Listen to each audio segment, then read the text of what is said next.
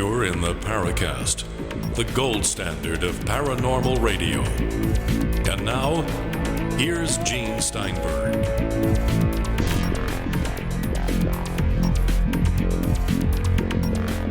With Gene and Chris, we've got a really fascinating episode to present to you today.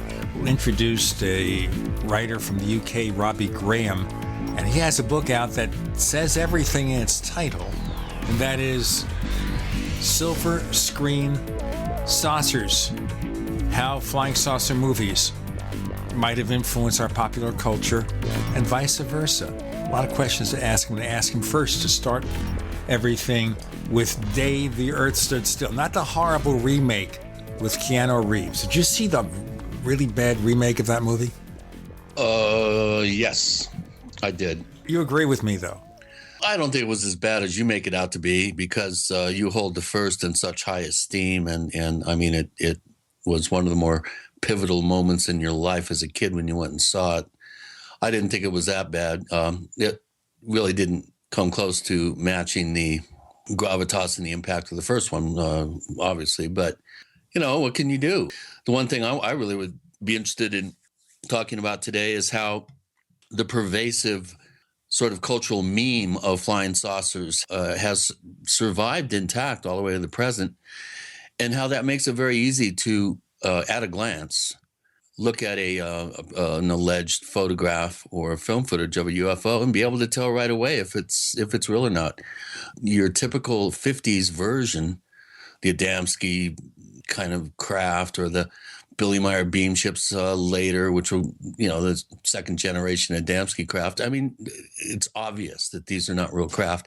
And we have I think we have The Day the Earth Stood Still, Earth versus the Flying Saucers. We have those films to thank for creating a misperception in the public. And that makes it easy for us to look at like I said, a photograph and determine that it's a hoax. Now, very interesting about Earth versus the Flying Saucers. This was a Ray Harryhausen special effects extravaganza. I thought they were really well done. By the way, one of the actors in Earth versus the Flying Saucers also played a role in Day the Earth Stood Still, but that's not the point. The point is here that Earth versus the Flying Saucers was based very, very loosely on a real UFO book. All right? They bought one of the books from Major Donald Kehoe, and he mentioned in a subsequent book he thought they were going to do a documentary. And maybe the first 30 seconds of Earth versus the Flying Saucers talks about UFO sightings in general, then it becomes a decent science fiction film of aliens on the loose. I thought it was a well-done movie. A fairly low-budget movie, but very well done. I love the shot of the UFO crashing into the Washington Monument. Only Ray Harryhausen can do things like that. I mean, this is before we were using digital special effects to create anything, from Supergirl flying to the Fortress of Solitude with James Olsen being held by her to anything else, or the Flash traveling at a speed that he can traverse dimensions. You know, we have special effects are really well done today as all digital. You know, sometimes you have an actor in front of a blue screen or a green screen, but it's mostly digital. But here's somebody taking stop motion animation doing very well. Now, the special effects of the spaceship in Day the Earth Stood Still weren't bad. They were fairly well done, but one interesting thing about it, one of the noted UFO contactees of the 50s and 60s, Howard Menger, showed paintings of the UFO. He was a sign painter, and some of them looked like the spaceship taking off at the end of Day the Earth Stood Still. It's kind of amazing how that film so much influenced the contactees, or was influenced by them. And I'll talk more about that film and the original short story on which it was based, and a very interesting twist in that short story, Farewell to the Master by Harry Bates, when we talk with our guests. Now, we mentioned briefly, because of the fact that a lot of the contactees came about after that film and were to some degree influenced by it. One of the examples is George Adamski. And funny thing happened about a month ago. I received a letter from somebody who wanted us to have an interview with Glenn Steckling of the George Adamski Foundation. The who? The what? Well, of course, George Adamski was one of the early contactees. He was, I guess he had a hot dog stand at the foot of Mount Palomar, where they have the observatory in California. And he claimed to have met up with an alien being named of Orthon, wearing a silvery suit, similar, I gather, to the uniform that Michael Rennie as Klaatu wore in Day the Earth Stood Still. And I'm thinking here, this case was exposed as a fake nearly 60 years ago. Would you believe that? In fact, we actually had the expose online at jimmosley.com. If you look for the Adamski expose issue, you'll see a very well-written summary where even the people who allegedly witnessed George Adamski in the desert, they said, well, you know what? Maybe we didn't see what we thought we saw. He claimed to have met an alien from Venus, a humanoid alien from Venus. Now, I don't know about you, but we all know that the surface conditions of Venus, in terms of our space probes, what they've revealed, is a little too hot. It's like boiling water is an icicle on Venus, to give you an example. But that's where Adamski claims some of his aliens came from. According to him, they were so hot, maybe they would have fit in on Venus. Who knows? Well, you see, that's what a lot of these contactees had. They had very pretty women. Men were handsome. Women were pretty. But they came from Venus because they didn't really know much about science, these contactees. And so they would present their message in the form of an alien because that was a cultural meme at the time. But Adamski was once quoted, and I think that's in the Adamski expose issue. It's been years since I read it, saying that sometimes you have to enter through the back door to express the truth. And he presented a belief of peace and brotherhood, no wars, no nuclear wars, that sort of thing. But if George Adamski expresses that point of view, who cares? He's just a hot dog salesman, But if it comes from the mouths of advanced extraterrestrials, maybe it has more credibility. What I worry about, though, is after all these years, people still believe Adamski. In fact, I exchanged maybe 8 or 9 letters with the person promoting this Adamski Foundation website. And he didn't seem to have a grasp of any of these issues. Even when I referred him to the George Adamski expose issue, he said, well, it's just opinion. And I said, read it. It's pointing out that people who claim to have witnessed Adamski in the desert watching a UFO land didn't see that. That's not an opinion. That's a fact. Doesn't understand the difference. The one thing that I really kind of stumped him was when I said Adamski claims his space people came from Venus. We all know that's not possible, at least based on what we know about Venus. All right? That, I wrote a few days ago, never got a response. I think I ended it there because they can't answer that. But you see, there's a problem with the UFO field, and that is that no hoax goes punished. You could have a hoax, something that's proven to be a fake, and it just comes right back like nothing happened. People still think it's real. People still think there's some basis to it. And George Adamski's an example. Like I said, if you're on the fence, or maybe you've read some books where people are in favor of Adamski, go look at the Adamski expose issue from 1957 at jimmosley.com. And you read that and you'll get a good handle. Oh, by the way, the first part of Adamski's book, Flying Saucers Have Landed, has material from Desmond Leslie about ancient astronauts, which means that Leslie was one of the early people, ahead of most everybody else, even Eric von Daniken, one of the early people to write about ancient astronauts. In any case, we have Robbie Graham, direct from his palatial estate or flying saucer, silver flying saucer, in the UK, author of Silver Screen Saucers with Gene and Chris. You're in the Paracast.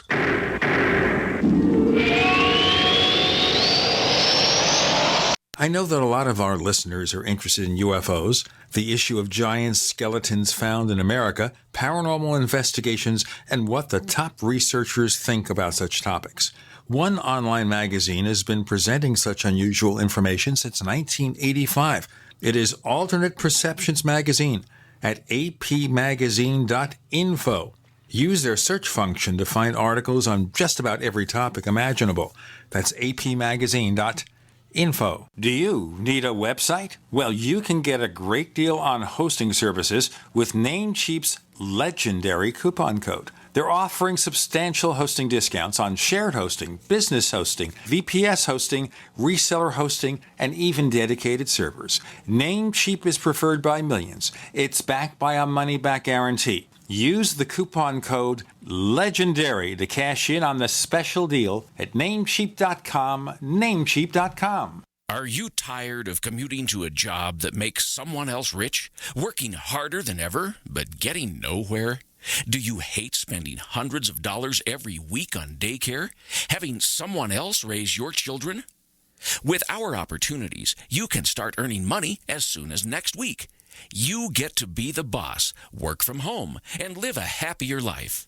At Be the Boss Network, you'll find hundreds of work-from-home opportunities that you can literally start today and be earning money as soon as next week. Go to freedom106.com and start earning money as soon as next week.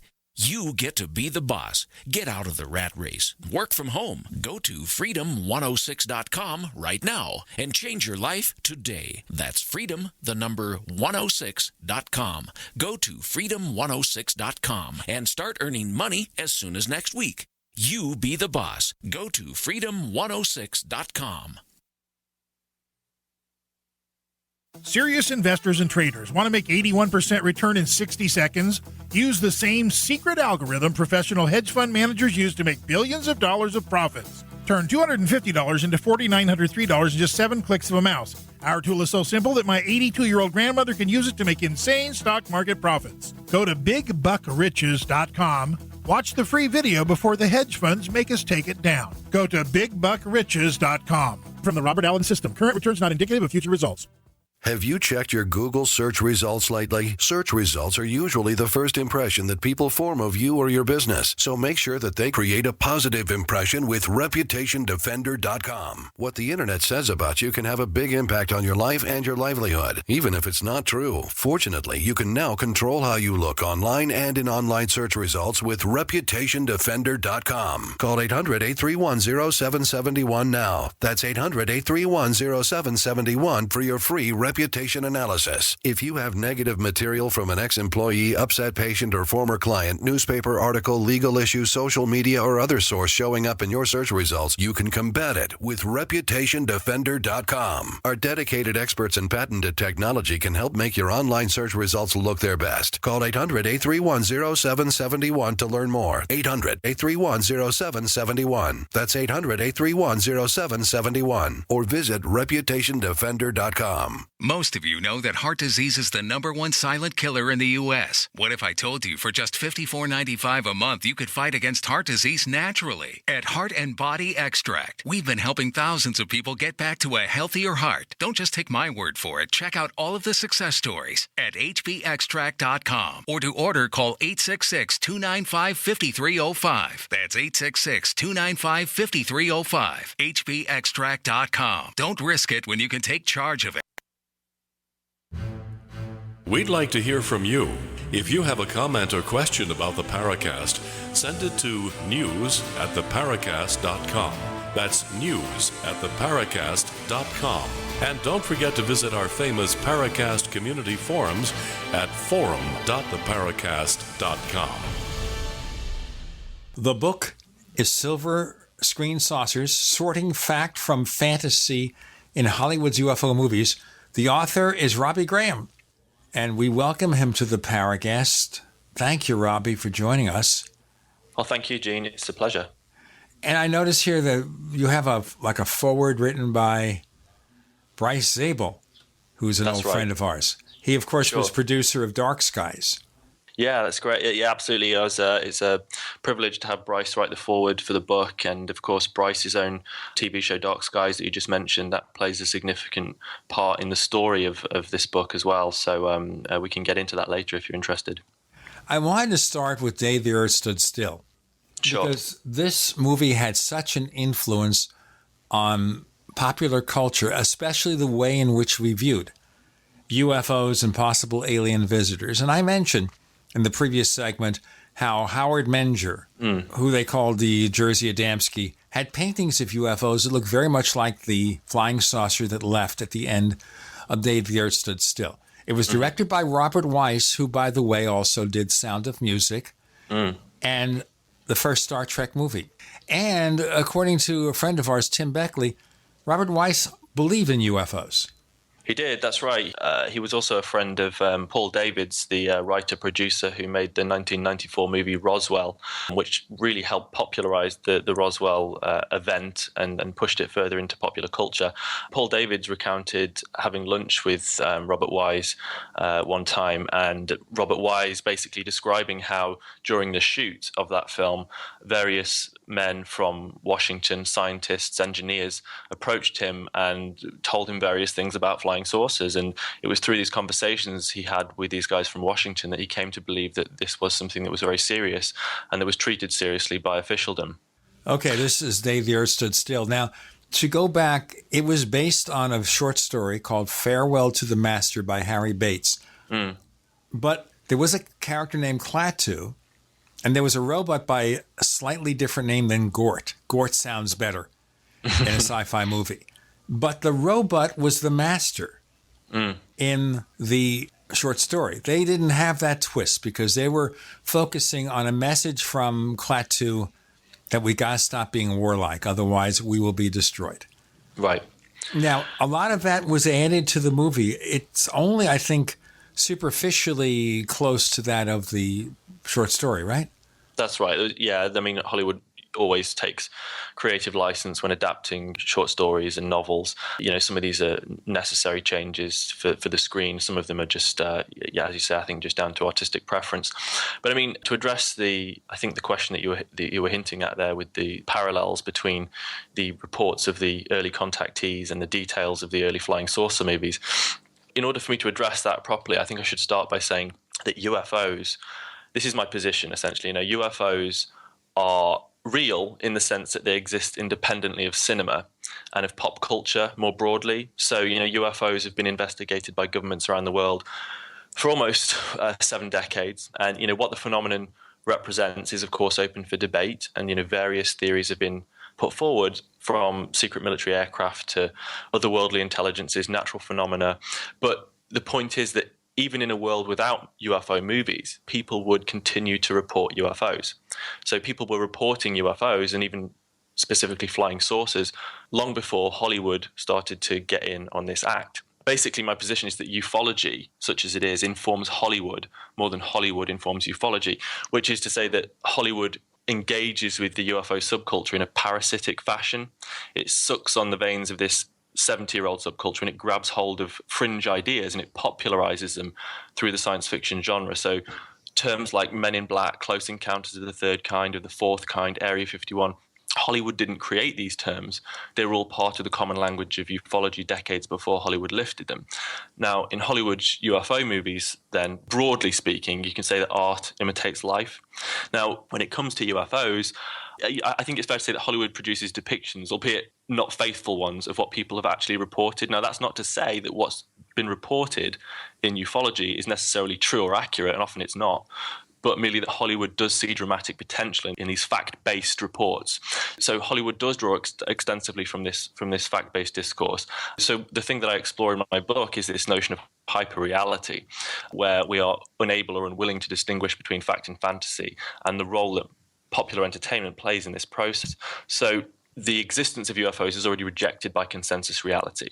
But the presentation of this UFO discourse on screen, and particularly within the context of the science fiction genre, a fantastical genre in a fantastical medium, this process serves to blur the boundaries between UFO fact and fantasy. And it leaves us in this permanent state of hyperreality where UFOs are simultaneously real and unreal in the popular consciousness. We had movies other than The Day the Earth Stood Still in the 50s. So, for example, there is a film back in 1950, which is, of course, when Behind the Flying Saucers was released by Frank Scully and Major Keogh had his first book on UFOs 3 years after the Arnold case, called The Flying Saucer. It was a low-budget movie where supposedly the CIA and the KGB get together to investigate UFOs in Alaska. That's right. I remember it being a very dull movie. It's a very dull movie. It's the first UFO movie that was ever made. Yeah, as you say, it's very dull. It's a low-budget affair, released in 1950, shot in 1949, so just 2 years after UFOs exploded into the popular consciousness following the Kenneth Arnold sighting of June 1947. Interestingly, I mean, I'd say the only interesting thing about the film really is the fact that the flying saucer of the title eventually proves to be a Soviet creation, and aliens don't even get considered in the movie, which was kind of reflective of popular opinion about UFOs in the very early years and early months of the phenomenon. In a number of public opinion polls that were taken, people seemed to be inclined towards believing that UFOs, if they were indeed real, were the product of foreign technologies or even American technologies. Aliens didn't really figure on people's radars, and that didn't start to then change until towards the late 40s and then into the early 50s. And then by that time, the extraterrestrial hypothesis had sunk firmly into popular consciousness, at least within the UFO subculture. And that's what stayed to this day. That's what's really stuck, although other theories have been put forward. So yeah, that was the first movie in 1950. And that was a very blatant attempt to cash in on this growing saucer hysteria that had begun a few years prior. But I mean, in order to address your question about the early contactees, what I say again about the influence and impact of UFO movies is that they are the dominant cultural force shaping our perceptions of the UFO phenomenon. They do so often without conscious intent, usually as a natural cultural process, but sometimes there have been efforts to willfully manipulate our perceptions of this phenomenon through mass media. I want to ask you more about The Day the Earth Stood Still in our next segment, focusing primarily on the fact that military people were in the background in the creative process, and whether there was a motive there or they just wanted to observe it or make decisions with regard to how the military was treated. I'll give you some other things about that movie that are very interesting. All right? So let's just get back into it here. Sure. So we have Robbie Graham, author of Silver Screen Saucers. With Gene and Chris, you're in The Paracast.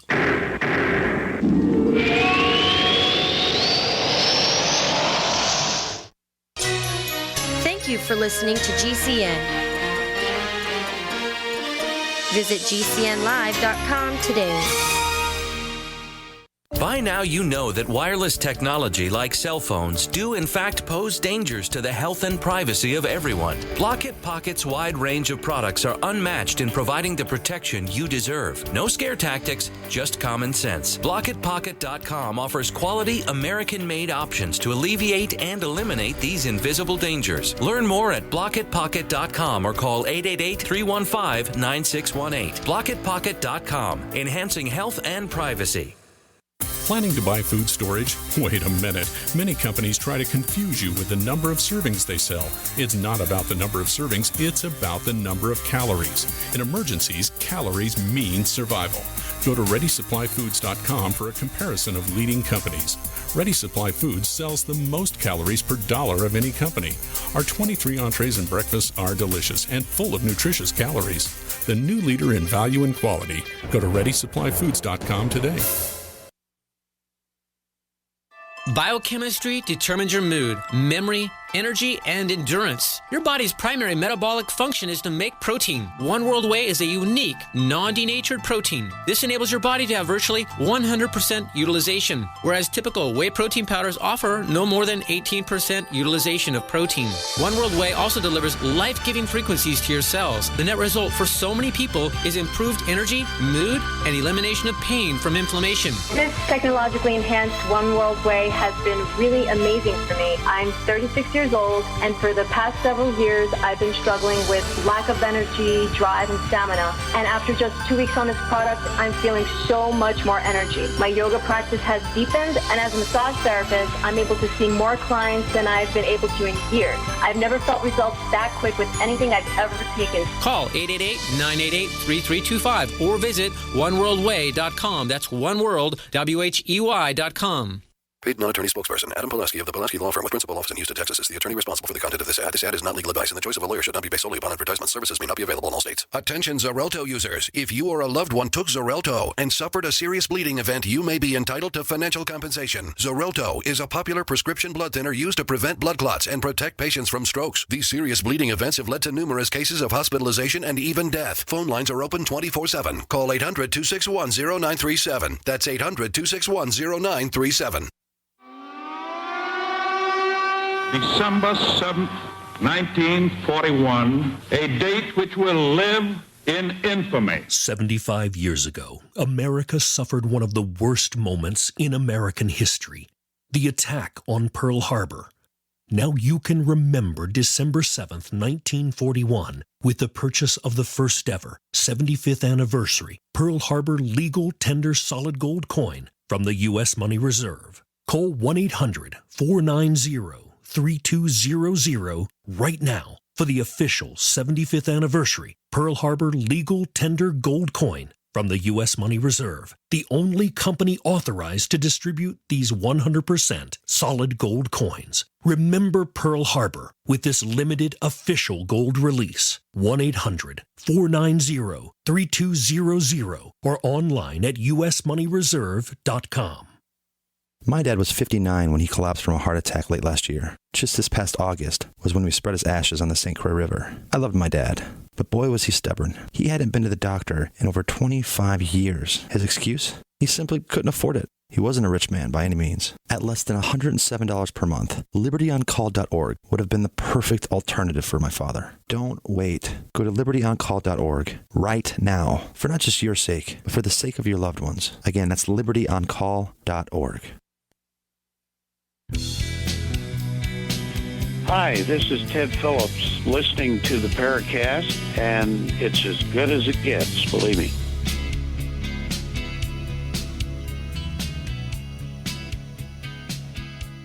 We have a second radio show we'd like you to listen to. It's called After the Paracast, and it can include interviews, anything that's on our mind, Chris and I, or color commentary. And we offer it exclusively to members of the Paracast Plus. We also give you the enhanced version of this show without the network ads, higher quality audio, and more features to come. A modest subscription fee. Check it out, plus.theparacast.com, plus.theparacast.com. The book is Silver Screen Saucers, Sorting Fact from Fantasy and Hollywood's UFO Movies by Robbie Graham. Returning to the Day the Earth Stood Still, which was, I think, one of the best of the early UFO-oriented movies, and it seemed to influence popular culture. But, Robbie, I don't know if you know this fact. And that is, do you remember where Michael Rennie's Klaatu was shot down by the military in the later part of the movie? Yeah. Off DuPont Circle? Do you know what UFO organization set up its headquarters very near that? I do not. NICAP. Major Keogh's organization. It was just off DuPont Circle, near the location where the character Klaatu was shot in that movie. Don't ask me how that happened to be. It may have just been a matter of having a rental available. How did that happen to be? Well, you know, NICAP wanted to be in Washington, D.C. They probably wanted something that was fairly inexpensive. It was a small suite of offices, not a real elaborate place. And that happened. And the first time I saw the movie, I didn't think about it. Later, when I finally visited NICAP headquarters, I thought to myself, this is near that location where they shot Klaatu. Yeah, I should have had that in the book, really. You could have the second edition. You didn't talk to me. I didn't make a big deal of it. I think I've mentioned it on the Paracast occasionally. Now, I would have to go back and look at 1536 Connecticut Avenue Northwest and how close that was to the point at which Michael Rennie was shot in that film.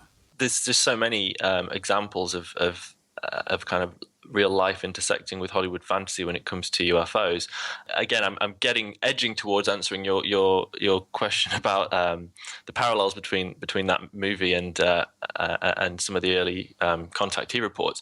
And I think, again, to lead into it, what I say is that the effect of cinema broadly, I think, is macro and indirect rather than micro and direct. So it can and does influence our beliefs and expectations, but not necessarily our direct actions, although that can happen. So I think more broadly, the effect of movies is soft and cumulative, but no less significant for that. So a non-ufological example would be if you are inclined to go and do a mass shooting, then you're likely to do that whether or not you've seen a movie featuring a mass shooting. If you're a psycho, you're a psycho. Movies often don't directly influence behavior, but they can have a cumulative effect on our beliefs and expectations about the world, which of course can lead to then direct action, but it's usually not so observable in an immediate sense. So when it comes to the contactees, Adamski, for example, Howard Menger, as you mentioned, I find it impossible to draw any conclusions where they're concerned. Aspects of some of their testimonies I find interesting, even some of them vaguely convincing if they were to be separated from their more outrageous claims. But of course, we can't separate them from their more outrageous claims. So, but what I say is I don't automatically and totally discount the claims of people who are prone to fantasy, because if UFOs are ontologically real, which, on some level of our perceived reality they seem to be, then surely these objects are also perceptible to fantasists. Now, in other words, even a fantasist can see a UFO. So getting back to the day the Earth stood still, and Robert Wise mentioning the military participation, did they dictate at all the focus of the movie, which of course is kind of a peacenik point of view, which is you get your act together, Earthlings. But not completely, because it's a carrot and stick approach, because Klaatu says you either stop wars, you can join the Space Brotherhood, or we'll nuke you, or whatever they do to destroy us. Yeah. Well, the answer to that would have to be pure speculation, because we just simply don't know. All we have is Robert Wise's statements, secondhand statements, that he interacted with some people from Washington who advised him on various aspects of UFOs. And he came away with the conclusion that this was treated seriously in Washington, which of course we know it was from officially declassified files. It's no secret that this was taken seriously by the powers that be in the early years. So that's no surprise. Whether or not these people from Washington were acting in an official capacity, whether or not they drip-fed him any information or disinformation, who knows? What we do know is that going back to the very early years of Hollywood's engagement with UFOs, the military and intelligence communities in the United States have been very interested in Hollywood's depictions of this sensitive subject. And on numerous occasions throughout the 50s, 60s, 70s, 80s and beyond, various branches of officialdom have sought to monitor and sometimes manipulate UFO-themed products. Okay, this is just very interesting. And we go to the next film in the series, which I mentioned, that was Earth versus the Flying Saucers, which is a somewhat typical Aliens on the Loose, except that before they made that film, they bought a book by Major Donald Kehoe. Now, why would they do that? Because, in a sense, it's like the first 30 seconds of the film talk about UFOs, and then they don't. Is it because they felt that the word flying saucers, because it's used in Major Kehoe's books, was maybe owned by him and they needed to have the rights to use that term? I really don't know. There's very little been done on this. This is the 1956 film Earth versus the Flying Saucers, as you say, and it was loosely, very, very, very loosely inspired by Kehoe's non-fiction book, Flying Saucers from Outer Space, which is a serious examination of the subject. And it was the first UFO book I ever read. Right. So this, and it was influential as well. A lot of Kehoe's work was influential, and he was taken seriously, or relatively seriously. And but this film was an absolutely schlocky B movie, with rubbery aliens and flying saucers, done by Ray Harryhausen. Actually, I like the special effects of the saucers flying are good. saucers. I thought that the aliens wearing these silly robotic suits. Yeah, the aliens are dumb, but actually underneath their robotic suits, they bear an uncanny resemblance to the now archetypal alien greys. These bald-headed, black-eyed beings, kind of spindly beings.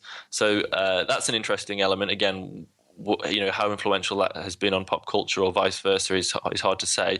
Well, we can always mention Whitley Strieber. We think Whitley Strieber was one of the early people to be in touch with possible spindly gray aliens. Mm-hmm. But we have a movie from 1956. I don't know how well that movie did at the box office.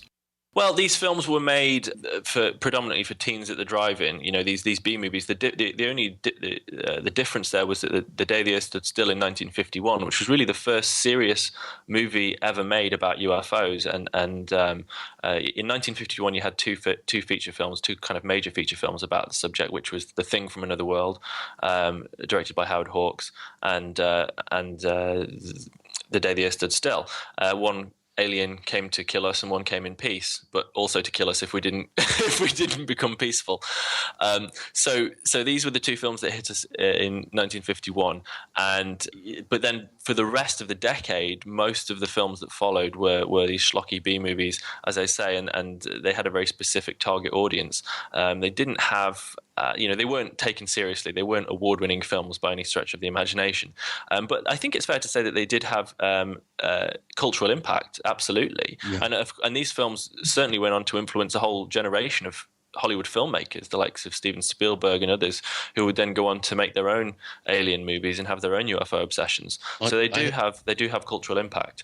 We'll cover more of this in just a moment. Silver screen saucers. Really fascinated by this. And we have Robbie Graham to sort things out for us. With Gene and Chris, you're in the Paracast.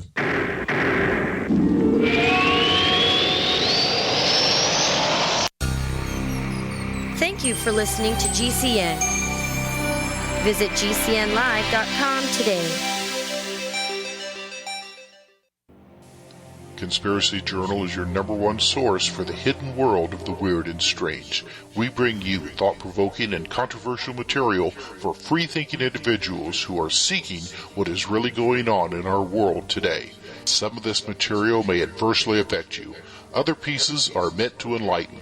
Either way, be prepared to be intrigued by such things as the reality of UFOs, ghosts, strange creatures from time and space, hidden conspiracies, time travel, Nikola Tesla, suppressed technology, and a whole lot more. You can find out more by visiting our website at conspiracyjournal.com. There you can sign up for our free weekly newsletter sent directly to your email address. Find out what they don't want you to know.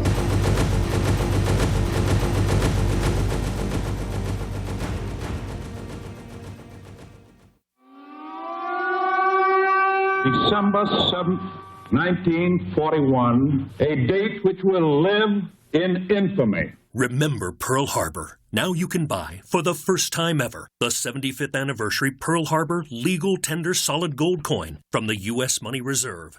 Call 1-800-329-6700 right now or go online to usmoneyreserve.com. 1-800-329-6700. Water is the single most important thing your body needs, so you want to be sure it's the best for you and your family. Since 2005, thousands have depended on Berkey purified water. The Berkey Guy provides the lowest priced filtration systems in every size for incredibly delicious water now and in an emergency. Get to GoBerkey.com or call 877-886-3653. 877-886-3653. GoBerkey.com. Owe $10,000 or more to the IRS? Get on board with the Tax Admiral. Don't take on the IRS alone. I'll cut penalties and reduce your overall tax bill. Sometimes I can even get it zeroed out completely. We're an A-rated company helping people clean up their mess with the IRS. If you owe $10,000 or more, then call the Tax Admiral. Call 800-287-7180. Again, that's 800-287-7180. 800-287-7180.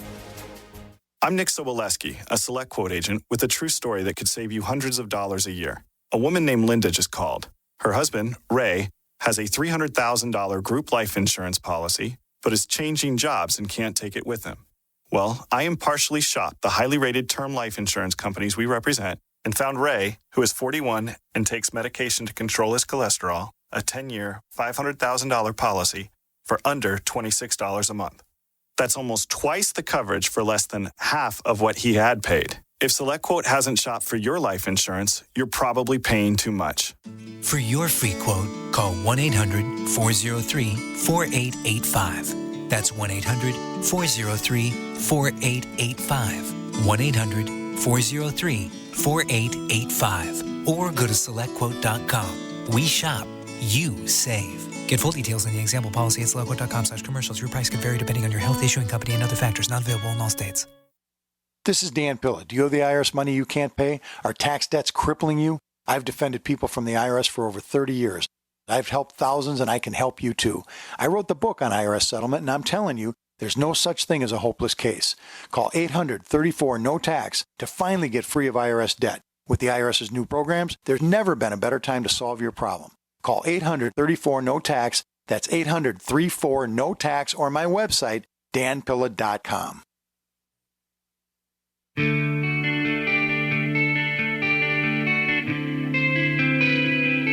This is Jerome Clark, author of the UFO Encyclopedia and other books.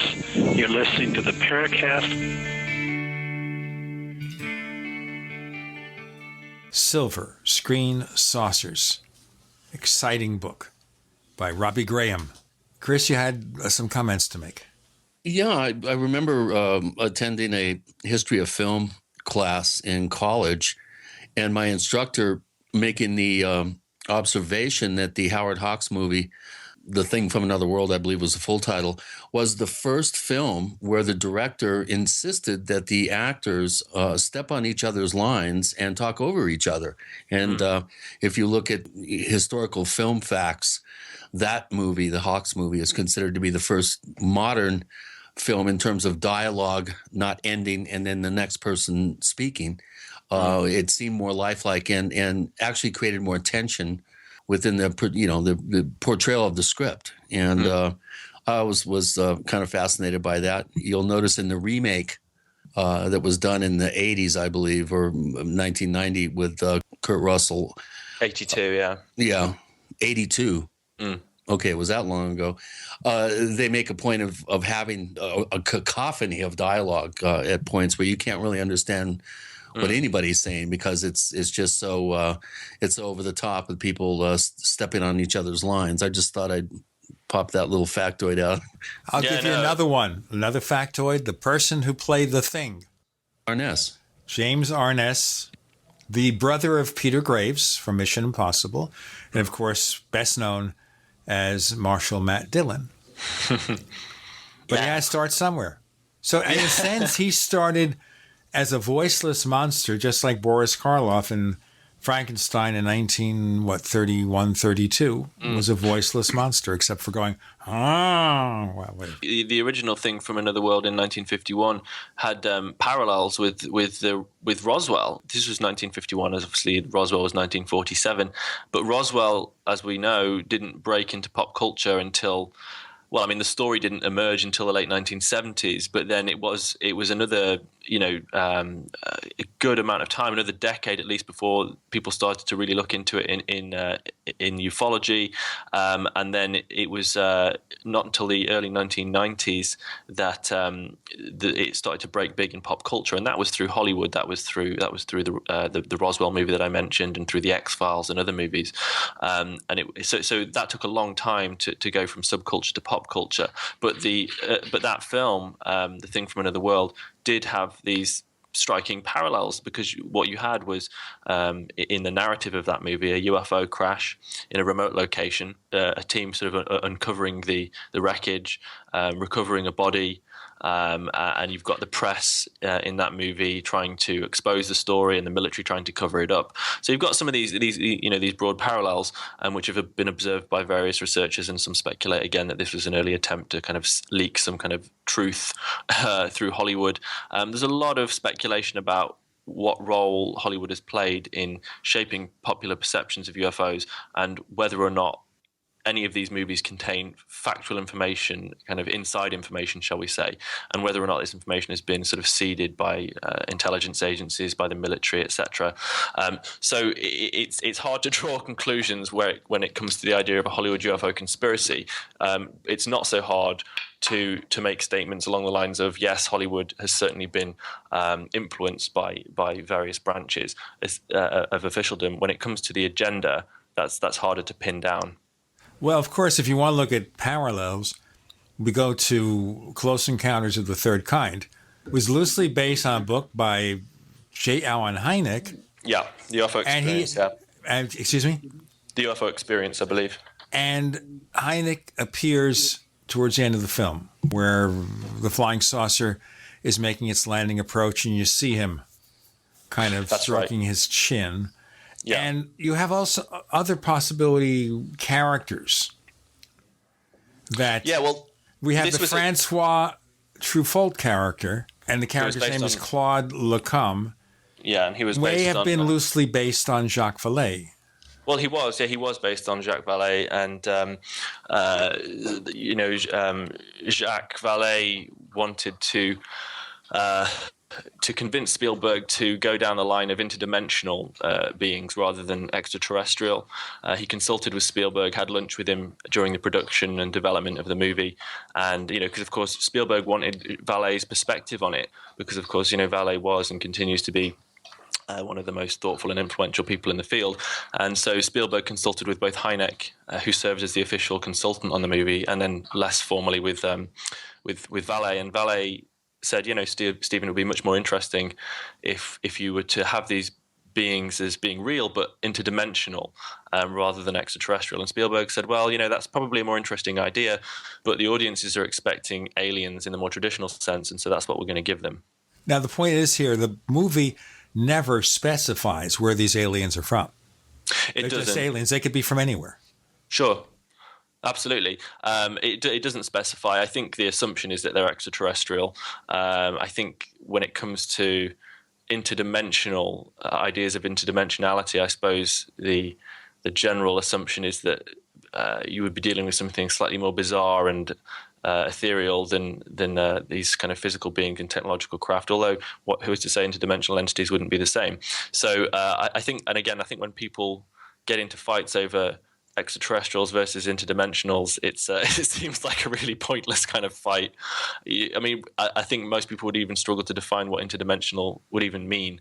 And could extraterrestrials also be interdimensional? Well, according to speculative science, then certainly that could be the case. So I don't tend to get bogged down in these kinds of debates. I find it, after 15 years of looking at this subject, I find it impossible to draw any conclusions about the nature of UFOs. What interested me is the way the aliens communicated with the people they wanted to take with them. This kind of technology sharing or whatever. So the Richard Dreyfuss, Roy Neary character and the Melinda Dillon, Julian Geiler character, where they receive subconscious messages. That's right. Where obviously Roy Neary is kind of making his mashed potatoes into a mountain. Where he's drawn to that place, where they try to reach out to him. Yeah, they call them implantees in the movie, which of course are, they're contactees in everything but name, where they as in real life, with real life so-called contactees who claim to have telepathic messages or implanted messages in their subconscious or in their, in the depths of their brains. The same occurs in Close Encounters, because of course Steven Spielberg based his screenplay on ufology. That was his primary influence. Spielberg grew up as a UFO buff, and he was obsessed with the subject. His first movie as a 16-year-old boy, feature-length film, which was released locally in his local cinema, was called Firelight, and that was about UFO abductions, and that was the blueprint for Close Encounters of the Third Kind. So Steven Spielberg was a huge UFO buff. He'd read a lot of the literature, and this was something that he treated very seriously. He thought, he described the film as science speculation rather than science fiction, and so everything in that movie is inspired in some way by something that's appeared in the ufological literature, including the outbreak in 1973 in Indiana of several events that were loosely based on for the movie, and especially the airliner scene at the very beginning, and of course the blackout scene. And you can go back and trace some very, very similar type reports from Indiana in '73. So a lot of that was actually based on real UFO reports with the Spielbergian sort of Hollywood twist or thread that kind of tied them all together with the characters. And that film was significant as well in the context of official involvement or non-involvement, shall we say, because Steven Spielberg did seek the cooperation of the Air Force and NASA in order to cut costs and boost authenticity. But the Air Force and NASA both strongly denied their cooperation to him on this film on the grounds that, the film was about UFOs. And historically, since the closure of Blue Book in 1969, the Air Force had been reaffirming its policy that they had no interest in UFOs and would not cooperate on any Hollywood product which really engaged with the subject, especially a product which put forward the idea that there was a giant UFO conspiracy. And so the Air Force strongly denied its cooperation to Spielberg. And then NASA, according to Spielberg, actually sent him a 20-page letter requesting that he not make the movie at all because they were worried that it would spark a huge wave of UFO sightings, and that NASA would have to deal with this, and it would make people freak out about UFOs like Jaws had about sharks, which had been made 2 years earlier. Spielberg made Jaws, which is at the time the most successful film of all time. And then Star Wars would overtake it. Let's go into more of this in our next segment with Robbie Graham. Silver Screen Saucers. With Gene and Chris, you're in the Paracast.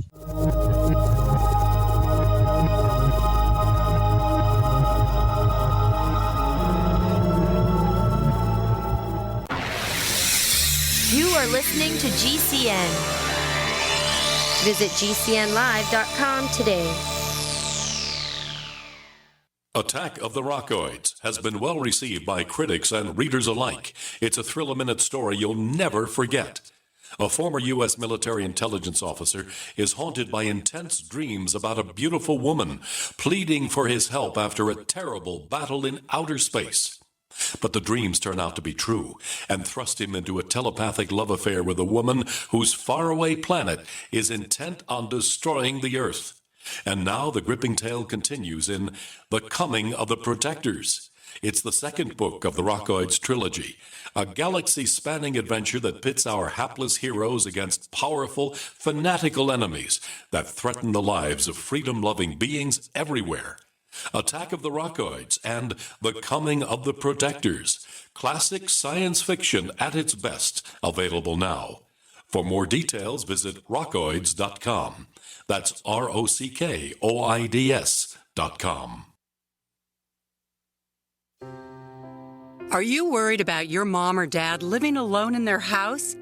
Hi, I'm Joan London. Listen, I know how difficult it is to find senior care for someone you love. That's why I recommend a free service called A Place for Mom.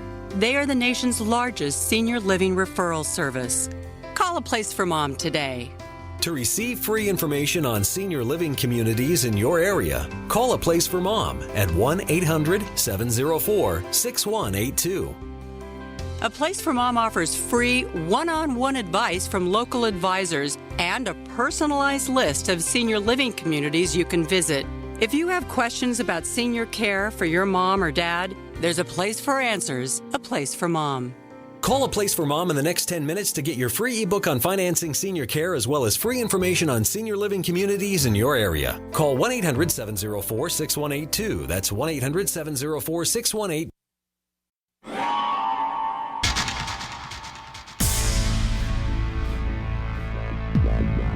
Welcome back to the Paracast, the gold standard of paranormal radio. And now, here's Gene Steinberg.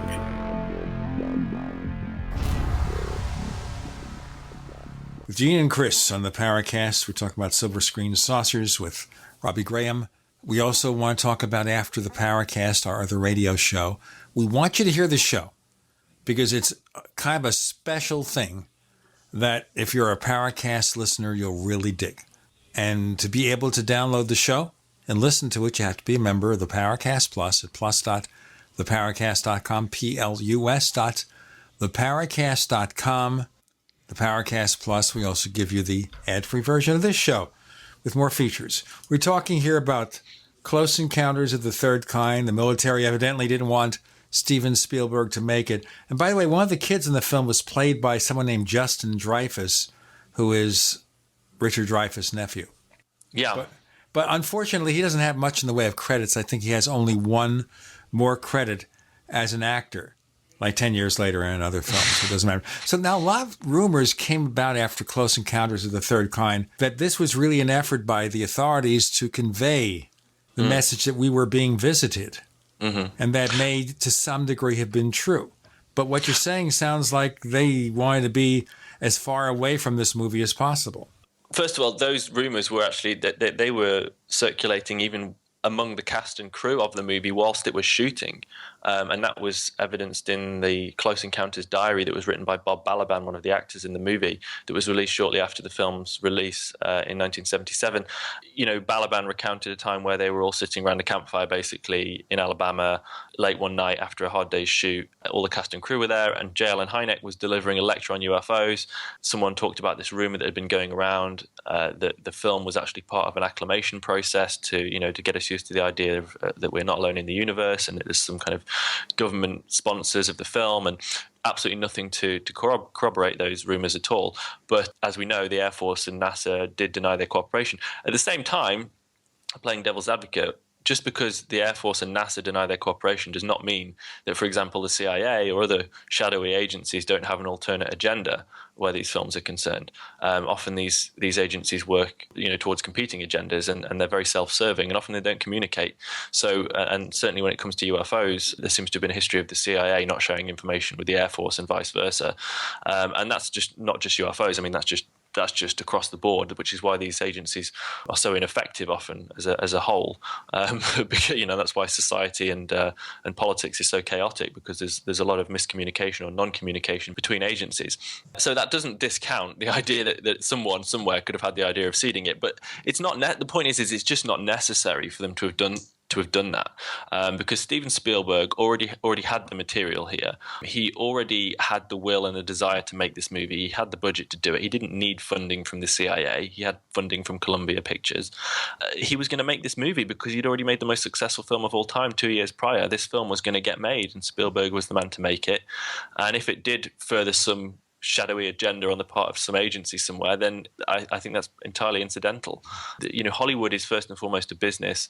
It does what it wants, except when it doesn't, in the sense that there have been examples over the years of censorship and seeding and kind of bringing scripts in line with preferred images of certain agencies, and that officialdom, and that refers to the relationship between the Department of Defense and Hollywood, which is very strong and historic, where you have the Pentagon working closely with filmmakers across the board on all sorts of genre pictures which depict the military in a positive, brave, freedom fighter light.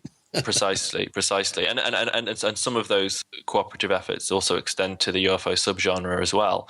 So those are the films that I'm particularly interested in. Films like Battleship, Battle Los Angeles, the Transformers franchise. All of these films have received full cooperation from the Department of Defense, and all have had their scripts tampered with to a significant degree, and that of course raises questions then about the extent to which these films are manipulated ufologically, because those scripts are heavily ufological. And you also have the curious parallel with the 2004-2005 Serpo claim that's been promoted by none other than Richard Doty and Ken Kasten, who we've repeatedly asked to be on the show.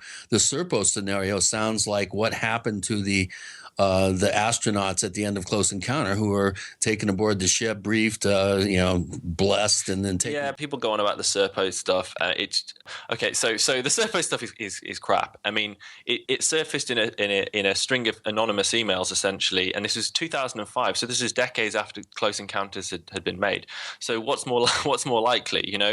Is it that the Serpo story was influenced by a Hollywood movie, or vice versa? The fact is that these emails and the Serpo story didn't emerge until decades after Close Encounters, the logical assumption is that they were influenced by a movie. And there's absolutely that's my point exactly. There's absolutely nothing whatsoever to corroborate that story. It's entirely absurd. We also have the pop culture sort of almost archetypal view or kind of vision of what a flying saucer is. To this day, that 50s kind of sort of primitive conservative view of the phenomenon is reflected in thousands of photographs that have been hoaxed over the years, including the infamous Billy Meyer shots, the Adamski shots earlier on.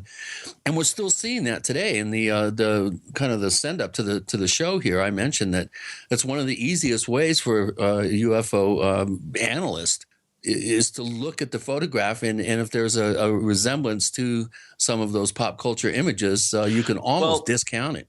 It's not quite that simple because, of course, the description of the archetypal flying saucer predates Hollywood's realization of that.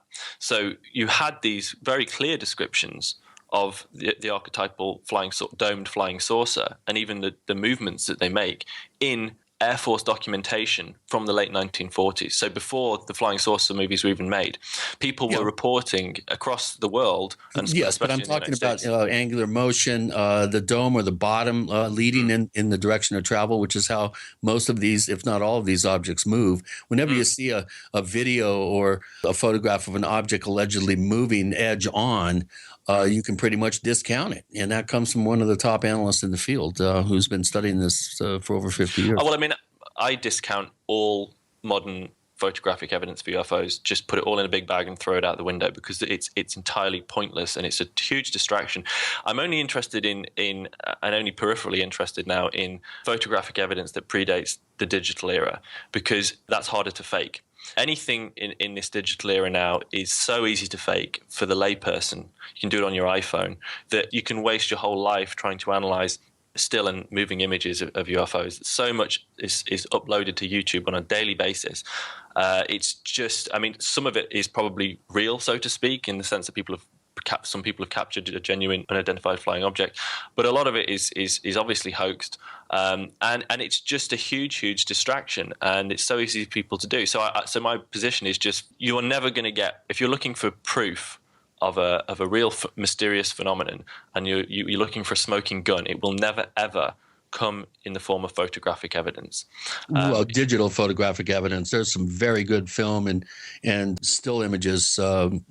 From the analog days that precisely that those babies out with the bathwater. No, I know that, which is what I was saying. So earlier photographic imagery is genuinely interesting. Some of it is really powerful and convincing, especially when you can look at it, and some of that has been some of that footage has been captured in the presence of multiple witnesses. But even the ones that haven't been captured in the presence of multiple witnesses, it's still very hard to fake UFO footage, some of it particularly convincing footage, in those earlier years. And of course, it is possible to fake it, obviously, but it's much more interesting. As I say, now it's so easy to fake that the logical position has to be that we just have to ignore it all, because unless, of course, the footage is taken today in the presence of 500 people who all then are named and then give their testimony to support the authenticity of the footage. And as I say, we live in a visual age now where everything is real and unreal.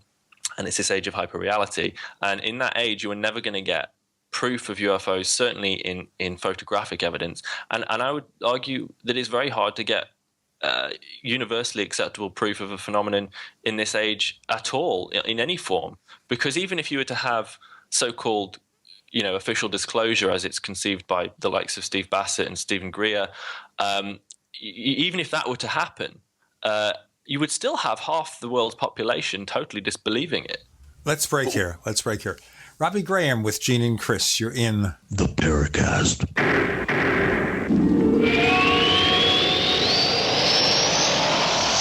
Do you need a website? Well, you can get a great deal on hosting services with Namecheap's legendary coupon code. They're offering substantial hosting discounts on shared hosting, business hosting, VPS hosting, reseller hosting, and even dedicated servers. Namecheap is preferred by millions. It's backed by a money-back guarantee. Use the coupon code LEGENDARY to cash in on the special deal at Namecheap.com, Namecheap.com. First came Attack of the Rockoids, and it was a critically acclaimed success. And now there's The Coming of the Protectors. A former military intelligence man is contacted by a space woman in a dream that turns out to be a nightmare because evil forces on her distant planet are planning to conquer the Earth. This is gripping science fiction of the classic kind. Attack of the Rockoids and The Coming of the Protectors. Find out more at rockoids.com. That's Rockoids, ROCKOIDS.com. Hi, Peter Vaccaro for ParanormalDate.com. Are you looking for love in all the wrong places? Now you have a chance to change that by signing up for free at ParanormalDate.com. This incredible dating site puts people of like minds together. People who are interested in the strange, the unusual, mysteries, ghosts, UFOs, and the afterlife, and so much more. ParanormalDate.com was developed for you, people seeking a viable alternative to the other dating services. You can join for free by going to ParanormalDate.com, and if you decide you like it and want to connect with people, use the code GEORGE for a substantial discount. Mark Rawlings, president of ParanormalDate.com, says so many people hunger to share their experiences about the paranormal, the unexplainable, or the afterlife, and so much more, and this is the source for them to meet and share that common interest. So sign up for free at ParanormalDate.com, ParanormalDate.com, and use the code GEORGE if you decide to connect with someone you like.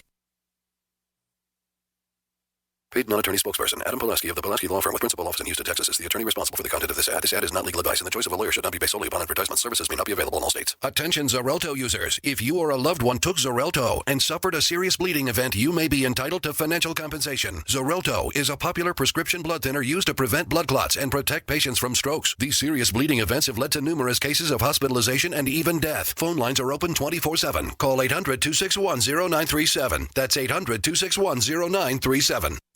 Hi, I'm Dr. Joel Wallach, veterinarian and naturopathic physician. The Dead Doctors Don't Lie guy with an important message. Take charge of your health. Do not continue to blindly follow the system that has failed us all. I appreciate GCN listeners because you're open-minded and intelligent. If our system is so great, why is it that the United States, the USA, ranks nearly 60th worldwide in longevity and number 1 in obesity? All the while we spend more money than all the other countries combined annually on unnecessary healthcare procedures and toxic drugs. It doesn't take much to get on track. Not with the government or pharmaceutical companies, but rather you in control of your own health with a basic understanding of nutrition and supplementation. FDI Longevity has the finest quality health, sports, and energy supplements available. GCN listeners are invited to join our team of people who want to stay healthy well into old age. We are currently looking for specialists to represent FDI Longevity and save America. To buy products at wholesale prices or join our business team, go to GCNteam.com. That's GCNteam.com. Support GCN. Get healthy.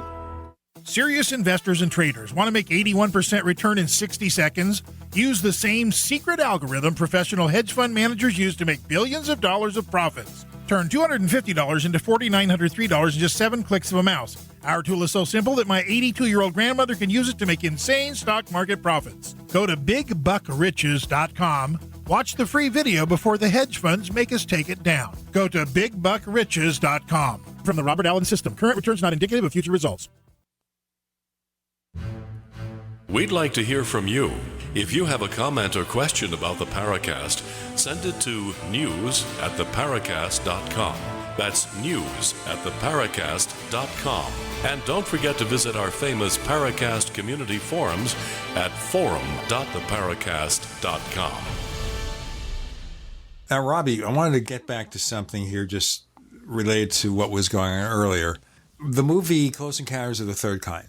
Did Spielberg ever think of maybe doing a sequel where we see what happened to the Earth people who went on this foreign exchange program?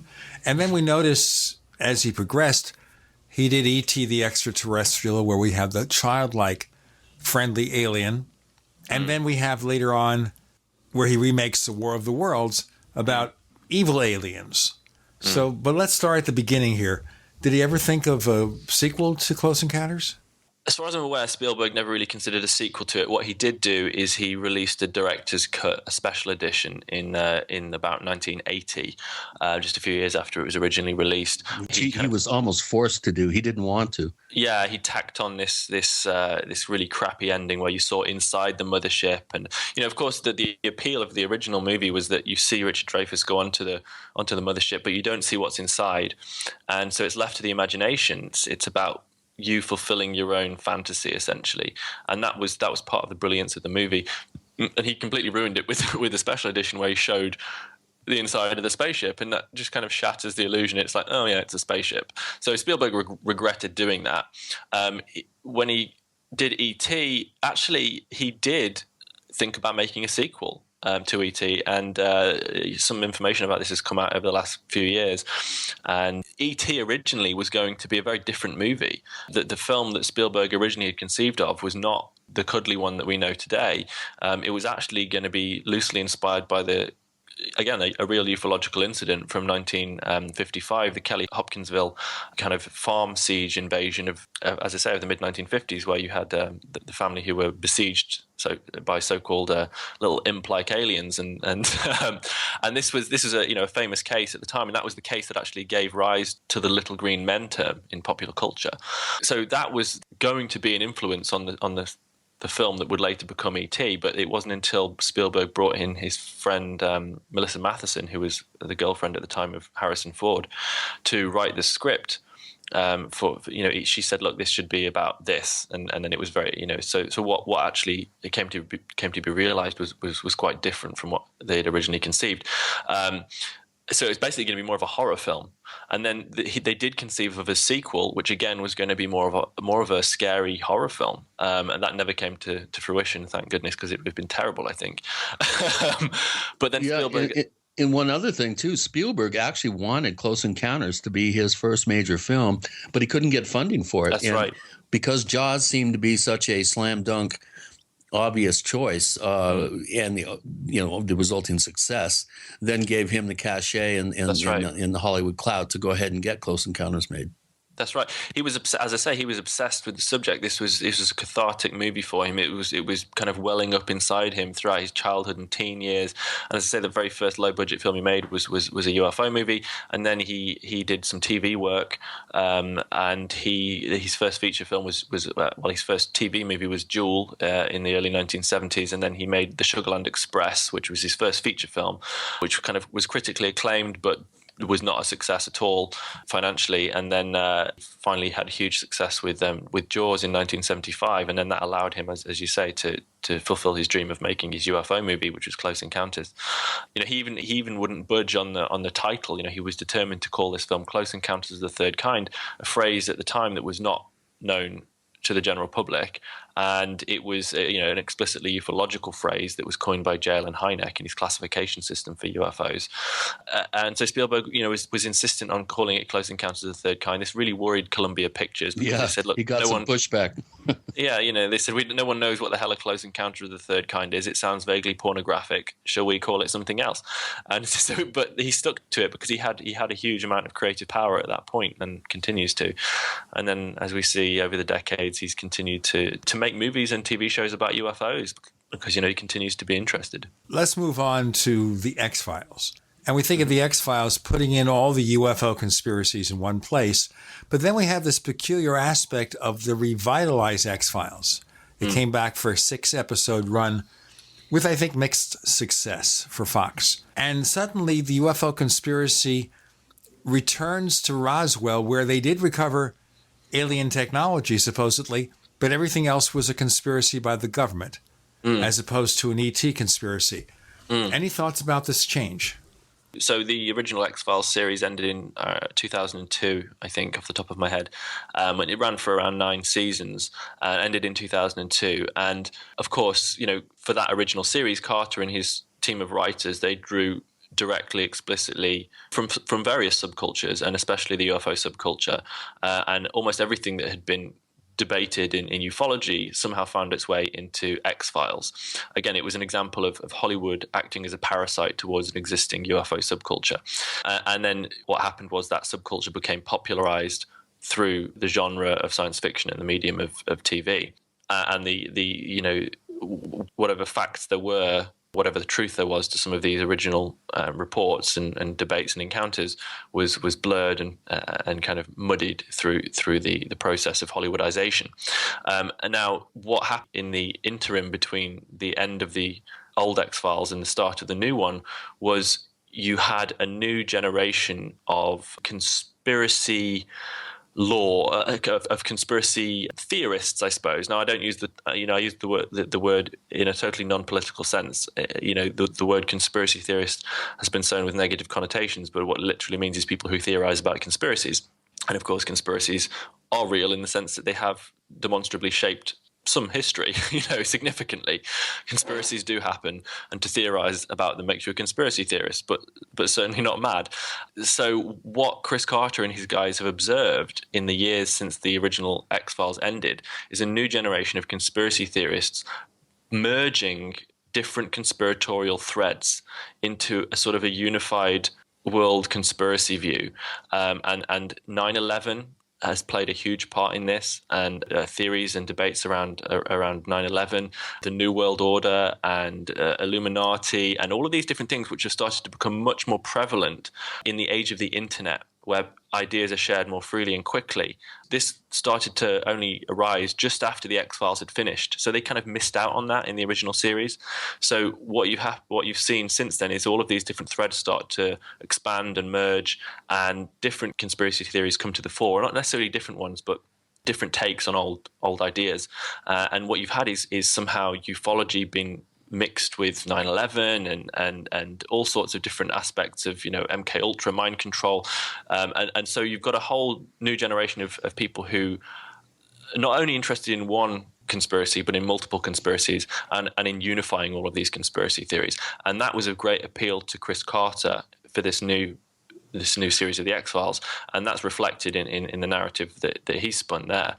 So that's why you're seeing what you've seen in the new X-Files. Well, I'll tell you, once again, I really wasn't enamored of this. I loved the original series, but I thought, especially the final episode, the 6-episode run, it created the need for another episode, and I guess that will come next year if they can reach contracts with the principal players. I don't know. Robbie Graham with Gene and Chris, you're in. The Paracast.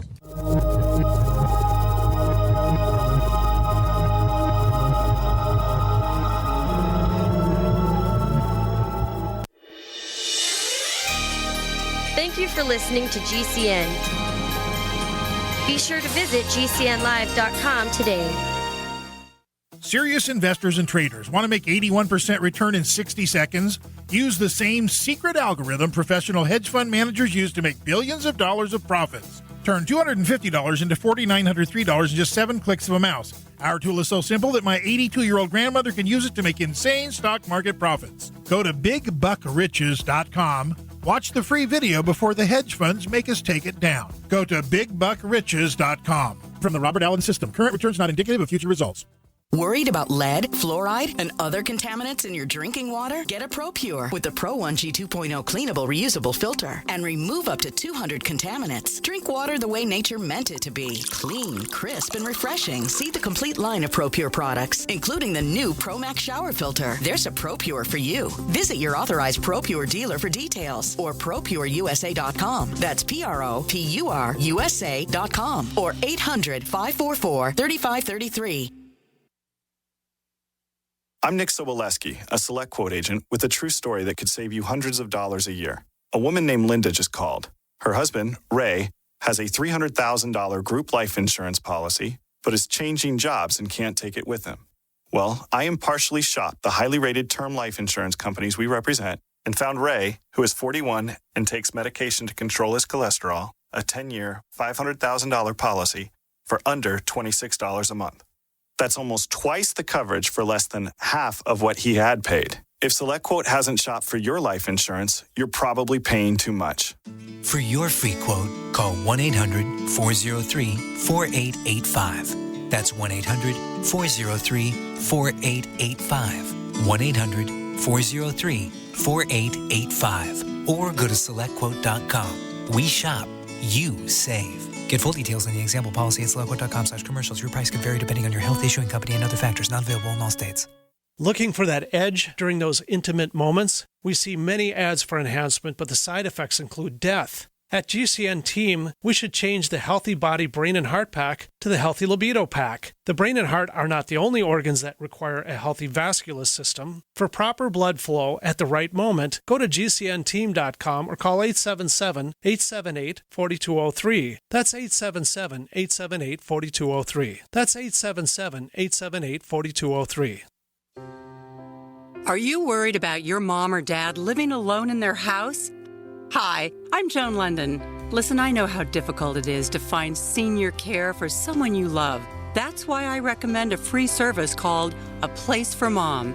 They are the nation's largest senior living referral service. Call A Place for Mom today. To receive free information on senior living communities in your area, call A Place for Mom at 1-800-704-6182. A Place for Mom offers free one-on-one advice from local advisors and a personalized list of senior living communities you can visit. If you have questions about senior care for your mom or dad, there's a place for answers, A Place for Mom. Call A Place for Mom in the next 10 minutes to get your free ebook on financing senior care as well as free information on senior living communities in your area. Call 1-800-704-6182. That's 1-800-704-6182. December 7th, 1941, a date which will live in infamy. Remember Pearl Harbor. Now you can buy, for the first time ever, the 75th anniversary Pearl Harbor legal tender solid gold coin from the U.S. Money Reserve.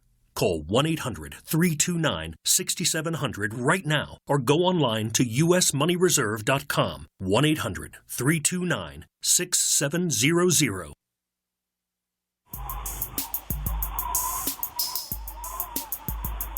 Hey, this is Marie D. Jones, the author of This Book is from the Future, and you are listening to the Paracast, the gold standard of paranormal radio.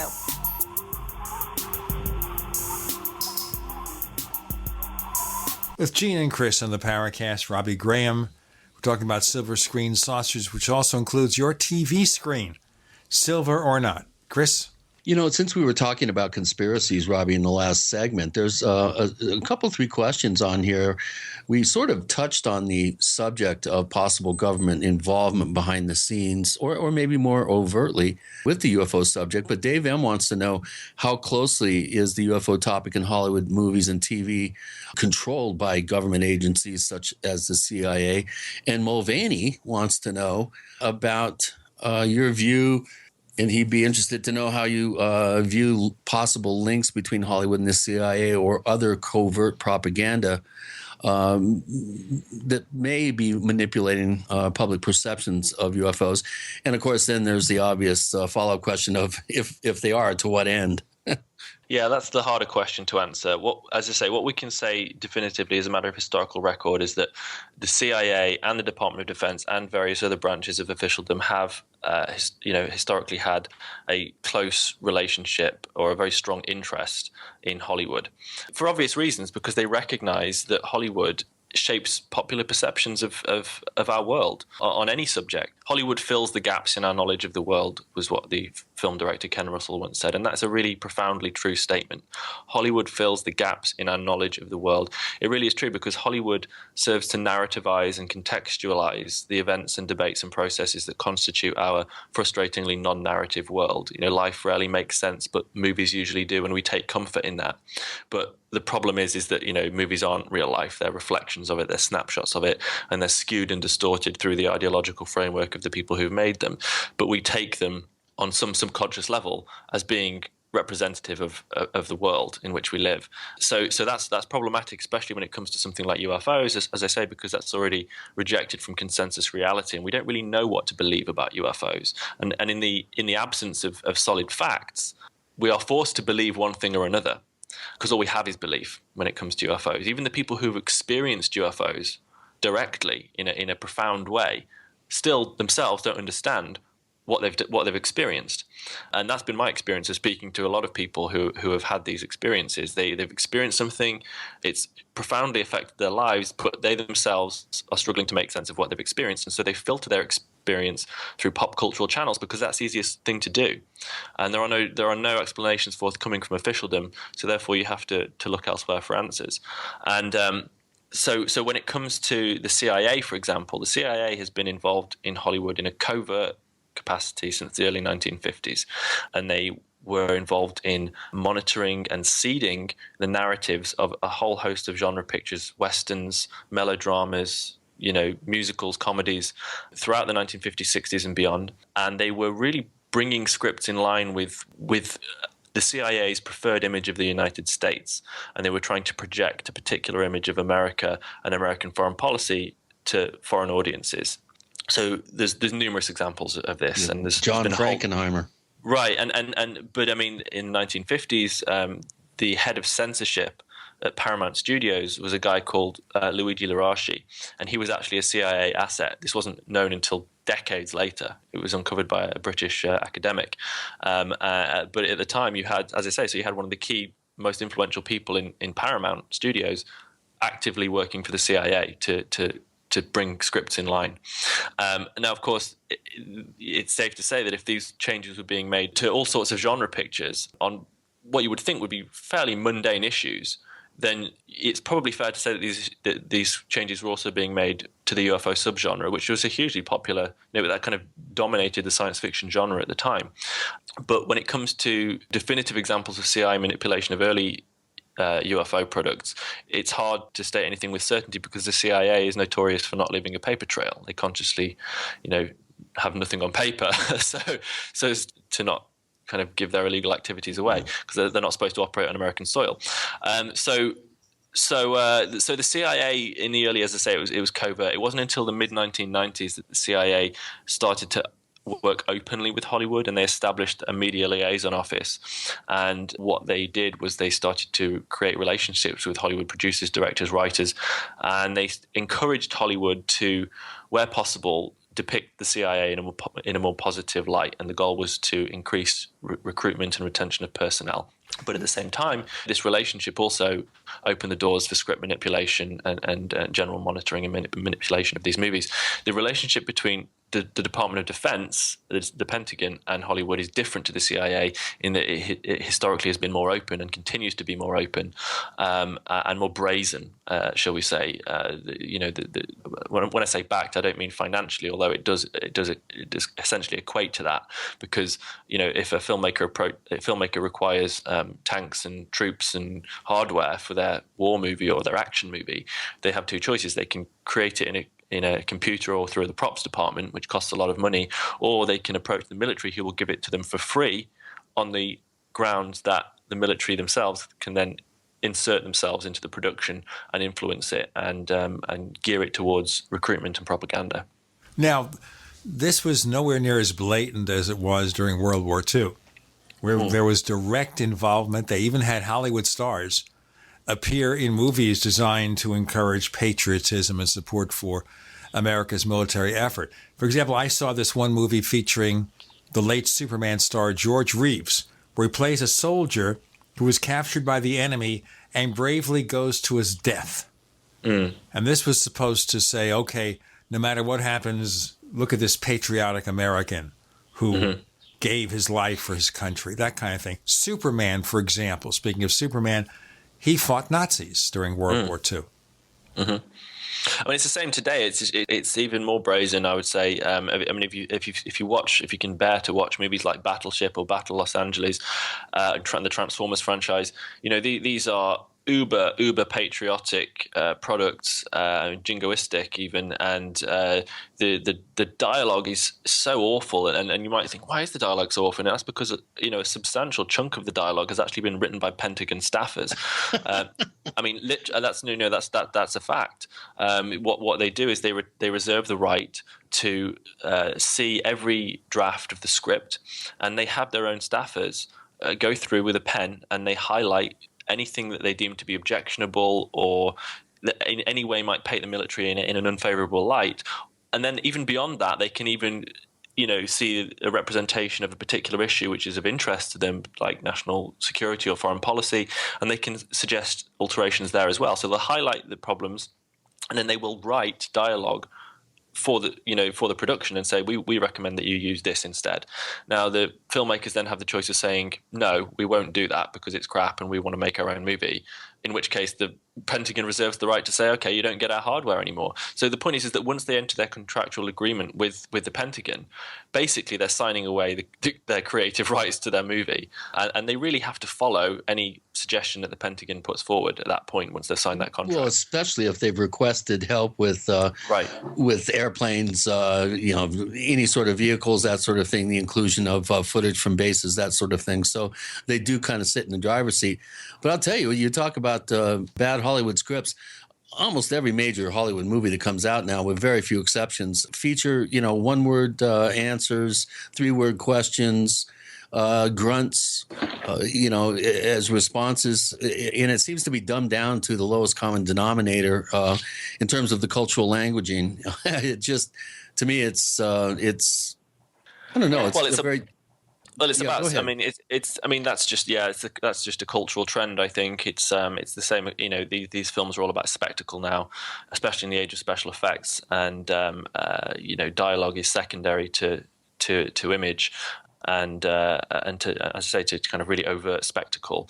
And I don't know. I mean, I agree. I mean, most of what comes out of Hollywood in terms of so-called blockbusters is, to me, almost unwatchable. Well, I won't get into Batman v Superman at all. But I'll give you the spoiler. I'm going to do it. I don't care.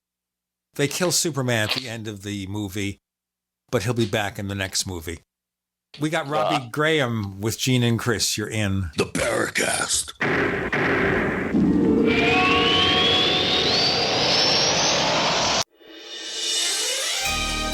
Thank you for listening to GCN. Be sure to visit GCNlive.com today. Graphic Converter is the image manipulation tool for the rest of us. It does not use any database. You get full control of all your files. Want to view the images of a folder? Drag it into Graphic Converter and a powerful browser opens up to show your image files. You could use it for slideshows. You could use it to import images from digital cameras or from scanners. Need to do some image editing? You can do that too in Graphic Converter. Also print catalogs. Convert from so many formats I can't even list them. Download now to see if Graphic Converter is good for you, like 1.5 million other users. Guess what? You could save money when you buy Graphic Converter. Use the coupon code Night Owl. Use the coupon code Night Owl to get a special price for Graphic Converter. Go to lemkesoft.com. That's LEMKEsoft.com. Lemkesoft.com. LEMKEsoft.com. Serious investors and traders want to make 81% return in 60 seconds? Use the same secret algorithm professional hedge fund managers use to make billions of dollars of profits. Turn $250 into $4,903 in just 7 clicks of a mouse. Our tool is so simple that my 82-year-old grandmother can use it to make insane stock market profits. Go to BigBuckRiches.com. Watch the free video before the hedge funds make us take it down. Go to BigBuckRiches.com. From the Robert Allen System, current returns not indicative of future results. This is Dan Pilla. Do you owe the IRS money you can't pay? Are tax debts crippling you? I've defended people from the IRS for over 30 years. I've helped thousands, and I can help you too. I wrote the book on IRS settlement, and I'm telling you, there's no such thing as a hopeless case. Call 800-34-NO-TAX to finally get free of IRS debt. With the IRS's new programs, there's never been a better time to solve your problem. Call 800-34-NO-TAX. That's 800-34-NO-TAX, or my website, danpilla.com. Owe $10,000 or more to the IRS? Get on board with the Tax Admiral. Don't pick on the IRS alone. I'll cut penalties and reduce your overall tax bill. Sometimes I can even get it zeroed out completely. We're an A-rated company helping people clean up their mess with the IRS. If you owe $10,000 or more, then call the Tax Admiral. Call 800-287-7180. Again, that's 800-287-7180. 800-287-7180. This is a healthcare alert from the Pain Relief Hotline. If you, a family member, or a loved one suffers from knee, back, shoulder, or ankle pain and have Medicare as your primary insurance, we've got great news. You don't have to suffer any longer. You can immediately qualify for a pain-relieving brace at little or no cost to you by calling our 24/7 Pain Relief Hotline at 866-389-0620. Delivery is free and all paperwork is handled for you. If you are on Medicare and have knee, back, shoulder, or ankle pain, don't wait. You can qualify to immediately receive a pain-relieving brace at little or no cost by calling our 24/7 pain hotline now at 866-389-0620. Our representatives are standing by 24/7 to take your call and rush you your pain-relieving brace at little or no cost to you. Shipping is free and all paperwork is handled for you. Just call 866-389-0620. That's 866-389-0620. Again, 866-389-0620. This is David Cordani, CEO of Cigna. For more than 20 years, Cigna has worked with the March of Dimes to address premature births in the U.S. Premature births cause horrible suffering and cost billions of dollars each year.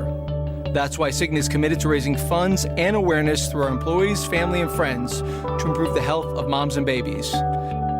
Please join us in supporting the March for Babies. Start your team today at marchforbabies.org.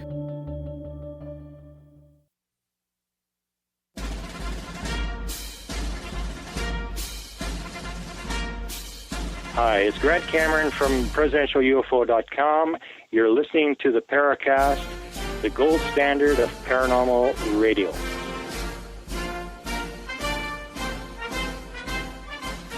Okay, with Gene and Chris, Robbie Graham talking about silver screen saucers. Now, when we're talking about military influence of movies, particularly sci-fi, UFO-oriented movies, etc., what about 1996 Independence Day?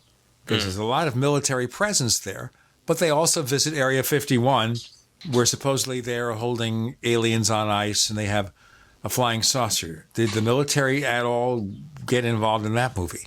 They did not.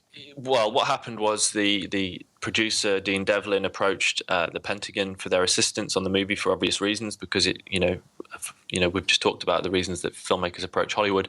They requested the assistance of the military, and the military said, they read the script and they said, well, we've highlighted a number of problems with the script. Some of them were unrelated to UFOs. Some of them were just general points of accuracy or inaccuracy. But the sticking point, they said, was that, look, we cannot assist you if you don't remove all references to Area 51 and Roswell. They said those are the sticking points. And, the filmmaker said, well, we can't remove references to Area 51 and Roswell because they're central to the narrative. So to their credit, the filmmakers went their own way without the Pentagon, and they made everything with special effects. Now, what happened there was that the Pentagon missed out on a huge opportunity to propagandize and to recruit. And they watched this film become the most successful film of the year and one of the most successful films of the decade. And now it's about to spawn a sequel this summer. And so I think what they realized there was because they denied their cooperation on ufological grounds, they missed out on a huge opportunity to propagandize. So I think what happened following that was they had a sit down at the Pentagon or at the Hollywood liaison office in Los Angeles, and they said, look, we really need to rethink our position on Hollywood's engagement with this subject. Basically, they sat down, I think, in Los Angeles, and they made the decision to be more open to Hollywood filmmakers when it comes to depictions of UFOs. And so you had this flat-out denial of cooperation in 1996 on Independence Day, but then the following year, you had full cooperation granted to the TV production of Stargate, the TV show Stargate, which ran for 10 years, SG-1. And that show, received the full cooperation of the Pentagon and of US Space Command. And so, obviously, there had been some kind of a conversation where they said, we have to end our decades-long policy of non-cooperation with UFO-themed productions if we want to, one, propagandize more effectively, but two, if we want to have any input at all in Hollywood on how filmmakers actually depict a subject which we ourselves historically have been interested in and have a historical engagement with, then we need to actually insert ourselves into these productions, and therefore we need to be more open to we have to just say, look, we don't care that it's about UFOs. In fact, we want to be involved because it's about UFOs, and therefore we can actually manipulate popular perceptions of our historical engagement with this phenomenon. It's not about, as far as the Department of Defense is concerned, I don't really see any agenda to acclimate or to sow a particular message other than, and this is a clear message that you can identify across Pentagon-backed UFO movies and UFO-themed productions over the years very clearly. What you see is these scripts, which have been partially written by Pentagon staffers, They depict a United States military which is historically oblivious to UFO reality. So the militaries and governments in these, or especially the militaries rather, in these productions, such as Battle Los Angeles, Transformers, Battleship, they don't have a historical involvement in a UFO cover-up. So when the aliens arrive and invade Earth, the Department of Defense is as surprised as anyone. They've got no aliens in the basement. And in Transformers, so basically they're kind of rewriting their official history when it comes to UFOs. They're saying we don't have an official engagement with this subject historically, and there is no cover-up. So that's kind of the subtext of these films, which they back. But in Transformers in 2007, what you have is a very laboured scene in which the Secretary of Defense, played by Jon Voight, discovers to his horror that a secret quasi-governmental agency, and this is key, not the actual Department of Defense, but a quasi-governmental agency called Sector 7, which is clearly inspired by Majestic 12, has been secretly concealing UFO and alien reality from the president and from the Secretary of Defense himself. And when Jon Voight, the Secretary of Defense in the movie, learns of this, he's horrified, he's outraged. How can you keep a frozen alien in the basement, blah, blah, blah, blah, blah. And this is so blatantly, in service of the current Department of Defense, and it's interesting that position is carried through in all of these narratives, which are backed by the Department of Defense when it comes to UFOs. They're not really interested in painting a particular picture of the phenomenon itself, other than hostile, obviously, but they are interested in rewriting their own historical engagement with the subject. So the military in these cases, they're the good guys, and when policies aren't followed, these are the outliers. These are the ones going rogue. Now, with regard to the sequel called Independence Day Resurgence, the sequel, which is coming out this year, is it the same thing, or did the military cooperate with Mr. Emmerich and Dean Devlin? You've caught me out here because I haven't caught up that far. It's something that I need to look into. Others may know the answer to that. It's something I will be looking at quite seriously, and obviously as the film approaches, doing some articles on it. I suspect that they may well have approached them. They'd be stupid not to, but at the same time, they may well have learned from past mistakes and would rather not go through that again. Because military involvement in these films is not essential. These films get made without the military, and often filmmakers prefer not to engage with the military on these things because they do have to give up some creative control. So Dean Devlin and Roland Emmerich now, they're at a different point in their careers. This film's going to get made without the military, because it's become a cultural phenomenon. So I doubt there's going to be much military involvement. But I could be wrong. Don't quote me on that. I could be wrong. Just for everyone's reference, the movie will be released June 24th this year. Okay? So let's see what happens. And a lot of the originals actors are there, except for Will Smith. Yeah. But someone is in there who plays the son of the Will Smith character from the previous movie. He's not in there because he says he doesn't like to do ensemble pieces now. He's too big. He wasn't then. We have Jeff Goldblum in this movie. We have Judd Hirsch again, Brent Spiner, he was killed off in the last movie. I can't figure out how they got him back. And they also have Liam Hemsworth, who is the brother of Thor. Thor is Chris Hemsworth. His younger brother appears in this film. So we'll see. I saw the coming attractions. It seems okay. I had fun with the original film. I'm sure it'll be very entertaining. I mean, again, if you can kind of forgive the almost ridiculously comical patriotism of the first movie and the jingoistic nature of it, it is hugely entertaining. Roland Emmerich makes entertaining films, very cheesy old school kind of films, but entertaining films, and I'm sure it will be an entertaining movie, and it'll be interesting to see the extent to which they engage with the furthered ufological mythology, which has evolved since the last movie, as Chris Carter did with the X-Files. So that's the trend that we're seeing now is as more and more filmmakers are engaging with an existing and richer ufological subculture, and they're consciously drawing from it and being very parasitic towards it. And so what fact there is underlying this phenomenon, and in early reports, has just become so. It's been so kind of mashed up through this medium that it's very hard to identify, the fact from the fantasy now, and that's really the focus of what I do, and it's trying to kind of pull apart these threads where possible, and it's often not possible, but I think it's important to try, and I think it's important to engage, as I say, more generally with UFO themed productions as not something that's peripheral to ufology.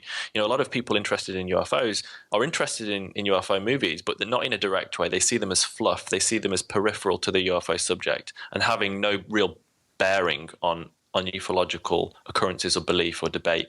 And that's very far from the truth. These films have had a huge cultural impact, and they've influenced us on a subconscious level for decades. And I think that UFO movies and TV shows, UFO entertainment is central to our misunderstanding of this phenomenon. We'll continue talking about UFO movies, of course, in our next segment. One question being, how have we misunderstood the UFO mystery because of all those films? We'll get into that in a few moments. Robbie Graham is writing about silver screen saucers, and we want to tell you about After the Paracast, our second radio show. And to get the show, you have to join the Paracast Plus at plus.theparacast.com, plus.theparacast.com. Check out all the features. Sign up. It's cheap. Like Mad Magazine, our price cheap. This is cheap. With Gene and Chris, you're in the Paracast.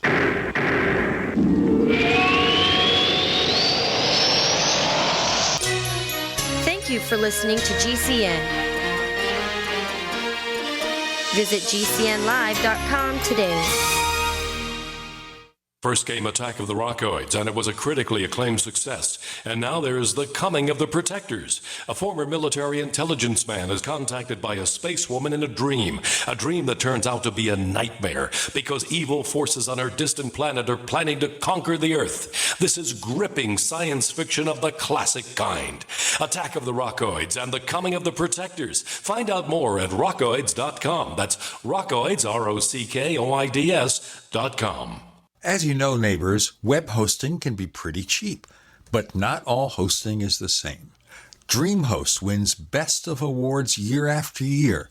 You get unlimited disk space, unlimited bandwidth, and even the low-cost plans put your sites on high-performance SSDs. Want to know more about what DreamHost has to offer? Go to technightowl.com/host. Once again, that's technightowl.com/host.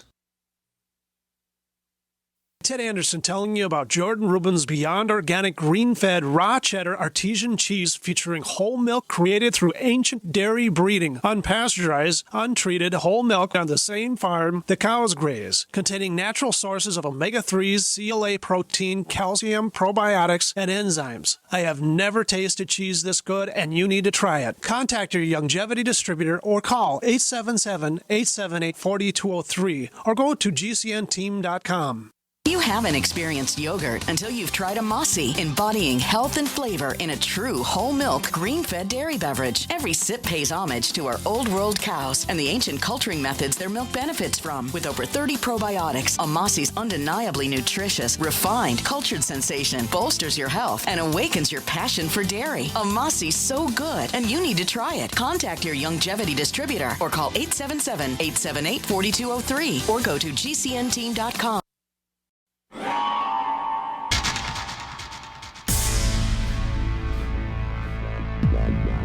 Welcome back to the Paracast, the gold standard of paranormal radio.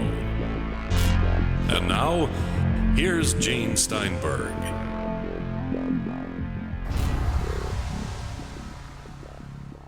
Okay, so Robbie Graham, how has our perception of UFOs perhaps been distorted by the culture generated from UFO-themed movies? Well, it's difficult to say. I mean, I think, when it comes to entertainment media and UFOs, I think you have to look at cinema as having a particularly unique power. It does have this ability to detach us from our physical environment and transport us to this other more vivid realm of perception where everything is unreal yet real, illusory yet real. So in film studies, anything that exists within the world of the film is known as diegesis. So the cinema screen is supposed to separate the world of the characters from our so-called real world.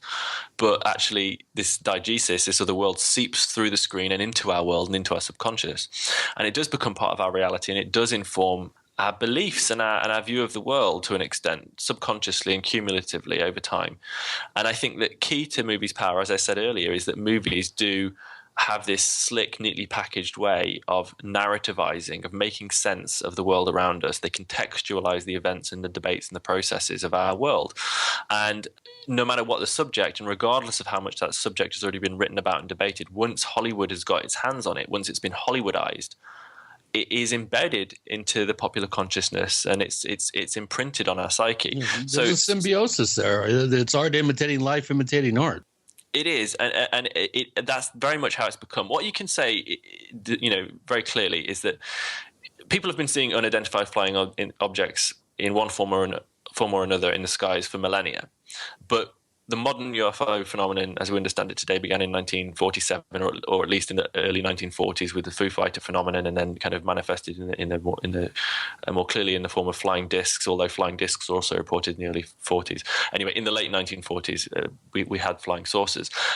It was only a very short time after that Hollywood began to engage with this cultural hysteria, and it wasn't just a cultural hysteria as well; it was a political hysteria, as we now know.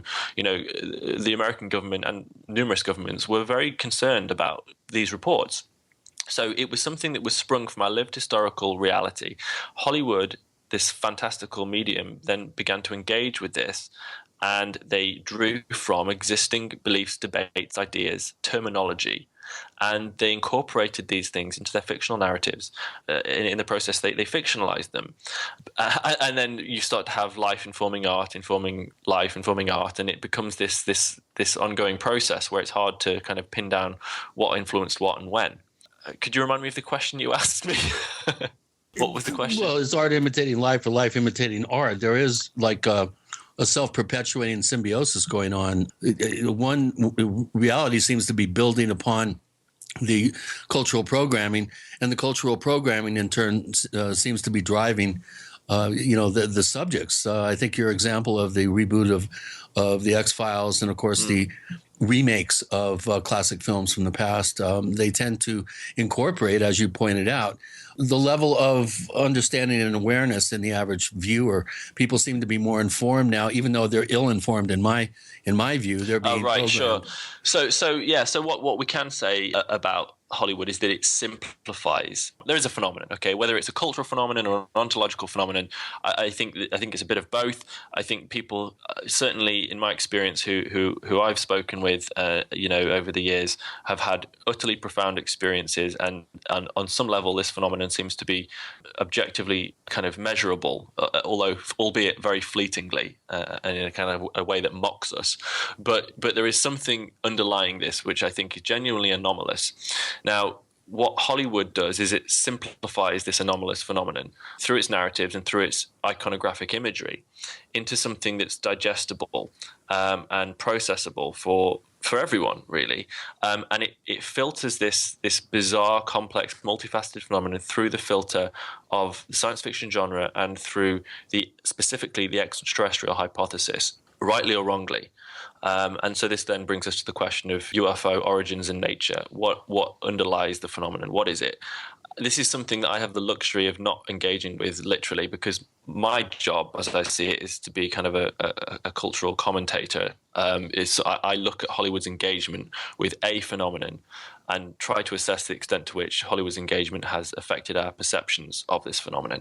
I don't attempt to draw conclusions about the nature of the phenomenon itself, and I think that anyone who attempts to draw solid conclusions, or at least reaches a conclusion, is deluded, because it defies our understanding. We are nowhere close to it.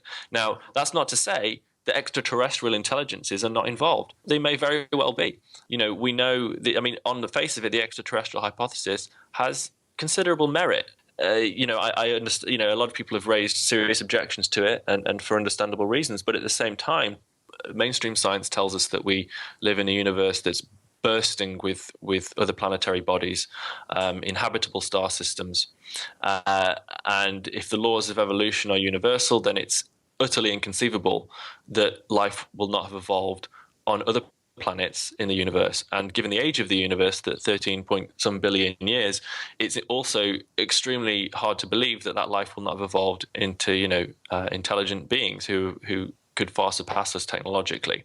So given those facts, and given, again, theoretical science's ideas about hyperspatial travel and interdimensionality, certainly in theory, and I stress in theory, it's possible that other, beings from elsewhere in the universe have visited us and may be actively visiting us. The extraterrestrial hypothesis is not absurd when applied to UFOs. But at the same time, given what people report at a grassroots level about UFOs, it would seem that the UFO phenomenon is far weirder than just extraterrestrial visitation. I think we can agree that it is far weirder. And may go far beyond that. Yeah. And it challenges us on levels that just are really terrifying to think about. And so I don't draw conclusions. I say the ETH, shall we say, extraterrestrial hypothesis is appealing on certain levels, but problematic as well. And I don't rule anything out when it comes to UFOs. I don't draw conclusions. I know that it's utterly stumped me, and I don't expect to have any answers to it anytime soon. And again, this brings us back to this idea of disclosure that people keep. The disclosure movement is a religion within a religion. You think? And it's built on the idea of saviordom, and it has all the key ingredients of any kind of popular religion. And I get the appeal of it. I've been there, and I think a lot of people who've been in this field long enough kind of can see the appeal of it. But well, especially when you're formulating jokes for a comedy routine. But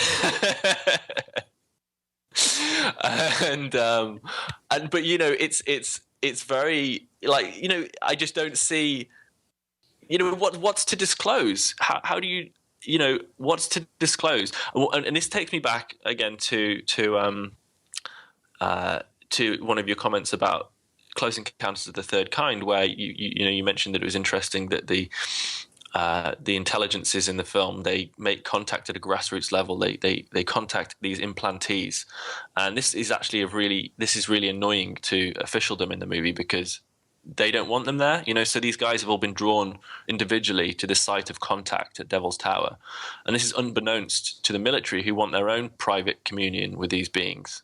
And they were invited, right? But they were invited, right? So this. I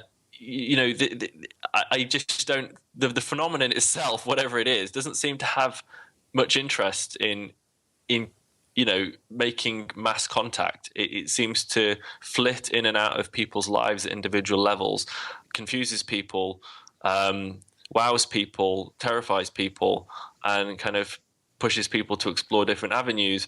But it doesn't seem to have any interest in making mass contact in the style of a typical Hollywood movie. So, obviously, let's say the American government, that's a simplification, but let's say the American government has studied this phenomenon over the years to some level. We've got to do a break here with Robbie Graham and Gene and Chris. You're in the Paracast.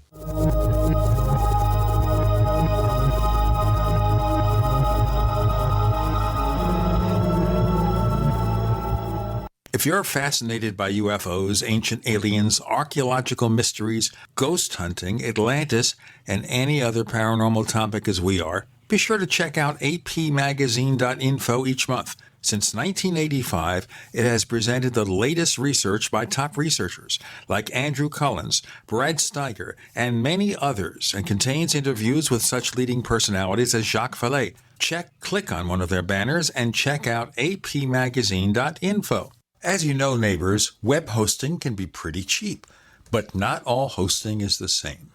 DreamHost wins Best of Awards year after year. You get unlimited disk space, unlimited bandwidth, and even the low-cost plans put your sites on high-performance SSDs. Want to know more about what DreamHost has to offer? Go to technightowl.com/host. Once again, that's technightowl.com/host. Are you worried about your mom or dad living alone in their house? Hi, I'm Joan London. Listen, I know how difficult it is to find senior care for someone you love. That's why I recommend a free service called A Place for Mom. They are the nation's largest senior living referral service. Call A Place for Mom today. To receive free information on senior living communities in your area, call A Place for Mom at 1-800-704-6182. A Place for Mom offers free one-on-one advice from local advisors and a personalized list of senior living communities you can visit. If you have questions about senior care for your mom or dad, there's a place for answers, A Place for Mom. Call A Place for Mom in the next 10 minutes to get your free ebook on financing senior care as well as free information on senior living communities in your area. Call 1-800-704-6182. That's 1-800-704-6182. So you've got to take a state construction license exam or certification. Can't decide on what books or what chapters to study? Discover right now how you can eliminate unnecessary books and wasted study time. At contractorexam.com, our study materials zero in on state-required test topics in an effective, multiple-choice format. So whether you're a plumber, electrician, general contractor, or other construction-related trade, contractorexam.com will help get you prepared. Visit us at www.contractorexam.com today. I'm Nick Soboleski, a Select Quote agent with a true story that could save you hundreds of dollars a year. A woman named Linda just called. Her husband, Ray, has a $300,000 group life insurance policy, but is changing jobs and can't take it with him. Well, I impartially shopped the highly rated term life insurance companies we represent and found Ray, who is 41 and takes medication to control his cholesterol, a 10-year, $500,000 policy for under $26 a month. That's almost twice the coverage for less than half of what he had paid. If SelectQuote hasn't shopped for your life insurance, you're probably paying too much. For your free quote, call 1-800-403-4885. That's 1-800-403-4885. 1-800-403-4885. Or go to SelectQuote.com. We shop, you save. Get full details on the example policy at SelectQuote.com/commercials. Your price could vary depending on your health, issuing company, and other factors. Not available in all states. Are your Google search results killing you? Unflattering content in blogs, news articles, online reviews, social media, or other sources can jeopardize your reputation, your business, and your livelihood. Let Reputation.com help. Our patented technology will make the truth about you more visible while pushing down unwanted negative content. Improve your Google search results. Call Reputation.com at 1-800-831-0771 for a free consultation. That's 800-831-0771. We'd like to hear from you. If you have a comment or question about the Paracast, send it to news@theparacast.com. That's news@theparacast.com. And don't forget to visit our famous Paracast community forums at forum.theparacast.com. I don't know what Chris said there when he said the Paracast, but that's okay. We have Robbie Graham joining us this week. So, Robbie, would you continue your remarks? So let's say the American government has studied the phenomenon historically, and we know that's the case, but we don't know how deeply. A lot of that is speculation. But we know that they studied it, to some extent. But what conclusions are to be drawn? A lot of what the UFO community thinks it knows about the American government's relationship to this phenomenon has been the result, demonstrably, of disinformation efforts tracing back to the early 1980s, the late 1970s, early 1980s. Disinformation efforts on the part of Air Force intelligence and the CIA to sow a particular idea into a subculture, which would then eventually bleed into pop culture. And it creates an image of an American power structure which is deeply engaged with this subject. So it puts across an image of an American military, for example, who have treaties with super advanced extraterrestrial entities. And it gives the impression that they are working hand in hand in secret bases and that the aliens are sharing their technology with the US military exclusively, that the American military have successfully reverse engineered this technology and are applying it. This gives the impression on a sort of a drip kind of a non-direct way to foreign powers that the American military is not to be messed with, because, as we know, foreign powers have also historically looked into this phenomenon and have treated it seriously, especially the Russian. What I'm hearing here is you're saying that it sounds like disinformation of the kind you're describing has been latched onto by people that have this semi-religious fervor for the government to come clean. And it's almost like the government's created a monster. So in other words, the disclosure movement is reacting to the disinformation and has created this kind of weird sort of riptide effect that the government's having to deal with. That's it. You've got it. You've got it. I think that's very much it. It's blowback, to use a CIA term. Here's a question from William Strathman, and he's wondering, outside the U.S. and Hollywood, have other governments influenced their own film industry in regards to UFOs or the paranormal? And he gives a rough example to clarify, perhaps MI5 and Quatermass in the Pit, or I would add the original movie Solaris and the KGB. It's a really great question, and one that I wish I could answer, because my focus has been so heavily on Hollywood that I've really neglected the film industries, despite being British. But what I can say on the UK front is that, you know, we really don't. We like to think we have a film industry, but we really don't. It's not to the extent you can actually call it an industry.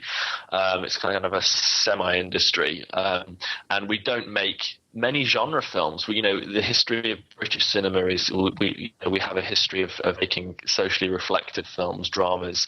We don't make many science fiction films. Certainly, as the years have progressed, we've been involved in a lot of science fiction films and had cross productions. But historically, we don't have many science fiction films. We don't have many UFO-themed movies, although you mentioned Quatermass in the Pit, and there are others. There are a number of examples over the years. There's another one from 1969 called The Body Stealers as well, which is actually the first alien abduction movie ever. But certainly the UK film industry has a very different relationship with officialdom than the American industry does. Our film industry is much smaller, and our military is much smaller, obviously, as well, and the relationship is different. At the same time, there are examples of MI5 and things like that having influenced the content of productions, and I think that there are some examples when it comes to the James Bond films as well. Well, the James Bond films, though, are produced by American companies, even though people from the UK are involved. That's right. So a lot of what we think of as British films are really not British films. I mean, it depends on your definition of what a national film is.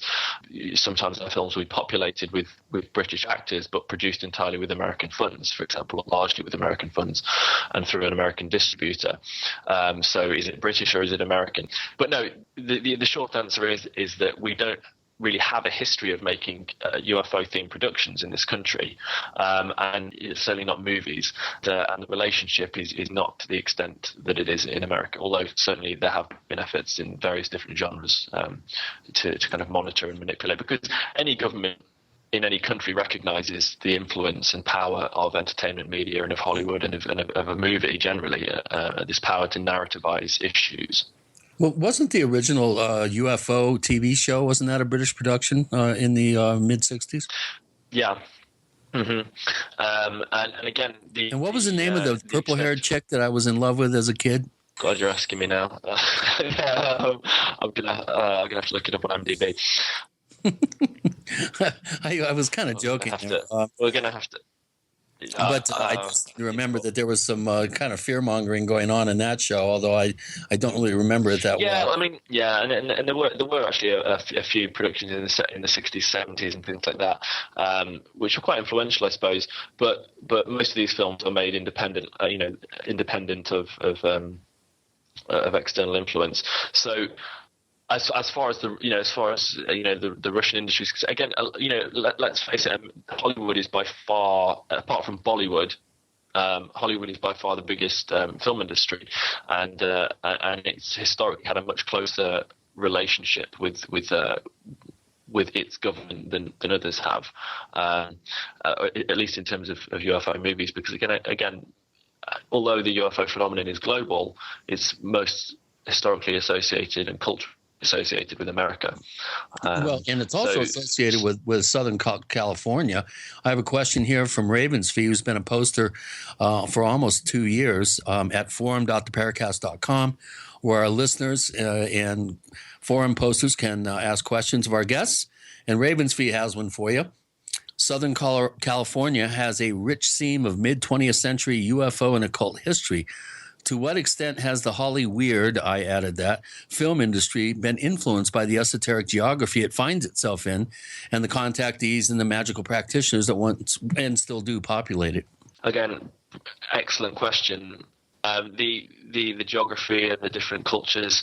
I mean, again, my angle here. So I've worked from an expertise in propaganda studies, really, when it comes to Hollywood post 9/11 specifically, but also historically, when it comes to Hollywood more broadly, not just UFOs. And so that's kind of my angle, really. It's more of a straight-on angle as relates specifically to UFOs and the politics of that. There are other researchers who have produced interesting material on the esoteric angles of Hollywood and magical aspects of these productions, and so. But it's something that I myself have not really delved into too much, so I wouldn't want to just sort of talk on something that I'm an expert in. But it's a great question. As for the landscape, some people might be aware of the fact that in Hollywood there was a Lookout Mountain, which was a kind of a covert film studio, essentially a secret film studio that was run by the U.S. government that made basically it made kind of film reels for propagandist purposes, and there was a lot of speculation that Hollywood filmmakers were involved in these practices, and that some that kind of various secret things were shot, with Hollywood, and so that's. Let's break it, then we'll continue. Okay, with Gina and Chris, you're in the Paracast.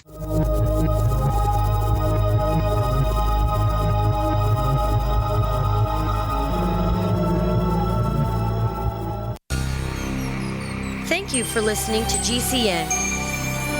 Visit GCNlive.com today.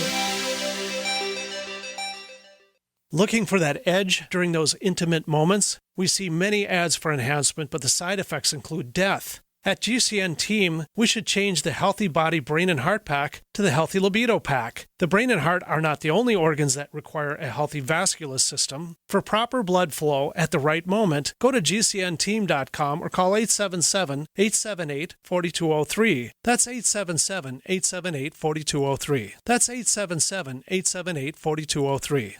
Owe $10,000 or more to the IRS? Get on board with the Tax Admiral. Don't take on the IRS alone. I'll cut penalties and reduce your overall tax bill. Sometimes I can even get it zeroed out completely. We're an A-rated company helping people clean up their mess with the IRS. If you owe $10,000 or more, then call the Tax Admiral. Call 800-287-7180. Again, that's 800-287-7180. 800-287-7180. It's no secret that pathogens such as bacteria, viruses, molds, and fungus can inflict severe damage in the human body. Fortunately, a new and vastly improved silver solution has been developed. Supernatural Silver is a revolutionary broad-spectrum antibacterial, antiviral, antifungal solution that can be used inside the body as well as on the skin. Supernatural Silver is unique and superior to colloidal and ionic silvers, using a patented technology that is highly effective against colds, flus, infections, food poisoning, and yeast, in addition to many other pathogens. Supernatural Silver is scientifically supported, extremely safe, and is the #1 choice of thousands of people for immune system support. Find out how Supernatural Silver could change your life. Go to supernaturalsilver.com and use the promo code HEALTHY for 20% off. That's supernaturalsilver.com. And like us on Facebook. Paid non-attorney spokesperson Adam Pulaski of the Pulaski Law Firm with principal office in Houston, Texas is the attorney responsible for the content of this ad. This ad is not legal advice, and the choice of a lawyer should not be based solely upon advertisement. Services may not be available in all states. Attention Xarelto users. If you or a loved one took Xarelto and suffered a serious bleeding event, you may be entitled to financial compensation. Xarelto is a popular prescription blood thinner used to prevent blood clots and protect patients from strokes. These serious bleeding events have led to numerous cases of hospitalization and even death. Phone lines are open 24/7. Call 800-261-0937. That's 800-261-0937. My computer is so slow, it's making me crazy. I used to have that problem. Did you quit using a computer or did you buy a new one? No, I called Geeks On Site. They made an appointment to visit my home and showed up the same day. You mean they didn't ask you to bring your computer to a shop? That's what happened when I called a support company. Geeks On Site can go to your home or business or even repair your computer online. They have 24/7 emergency service. If you are having problems with your PC or Mac, call Geeks On Site, 1-800-591-1682. Our friendly certified computer repair experts are available 24/7. Call now for a free diagnosis, 1-800-591-1682. Data recovery, virus removal, and maintenance for all laptops, desktops, printers, and networks. That's Geeks On Site for friendly certified computer repair experts, available 24/7 over the phone or in your home or business. Just call 1-800-591-1682. That's 1-800-591-1682, 1-800-591-1682. December 7th, 1941, a date which will live in infamy. Remember Pearl Harbor. Now you can buy, for the first time ever, the 75th anniversary Pearl Harbor legal tender solid gold coin from the U.S. Money Reserve. Call 1-800-329-6700 right now or go online to usmoneyreserve.com. 1-800-329-6700.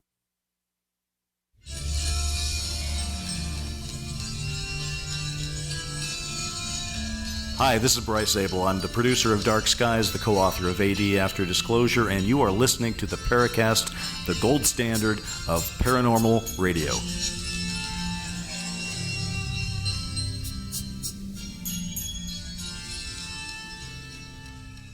Okay, Chris is adopting new voices for every segment. We have no idea why he does that. I have an idea why The Walking Dead was done in Georgia. I mean, it's perfect location to have a bunch of dead zombies walking around, I guess. Anybody from Georgia out there in the listening audience, that was a joke. I didn't mean it. All right. Let us continue, sir. It was. Well, you know, here's a question that I meant to ask earlier when you brought up the 90s TV show Dark Skies. We've had Bryce Zabel on the show a number of times. And John Leongard has an article called 10 Essential Hollywood UFO Conspiracies. And one of the things in there that he mentions is something that you kind of alluded at previously. He makes the observation the inclusion of such intricate ufological detail in Dark Skies apparently attracted the attention of real government UFO spooks, leading to a series of bizarre conversations with individuals claiming to be from U.S. Naval Intelligence who seem to have been monitoring the development of the TV show.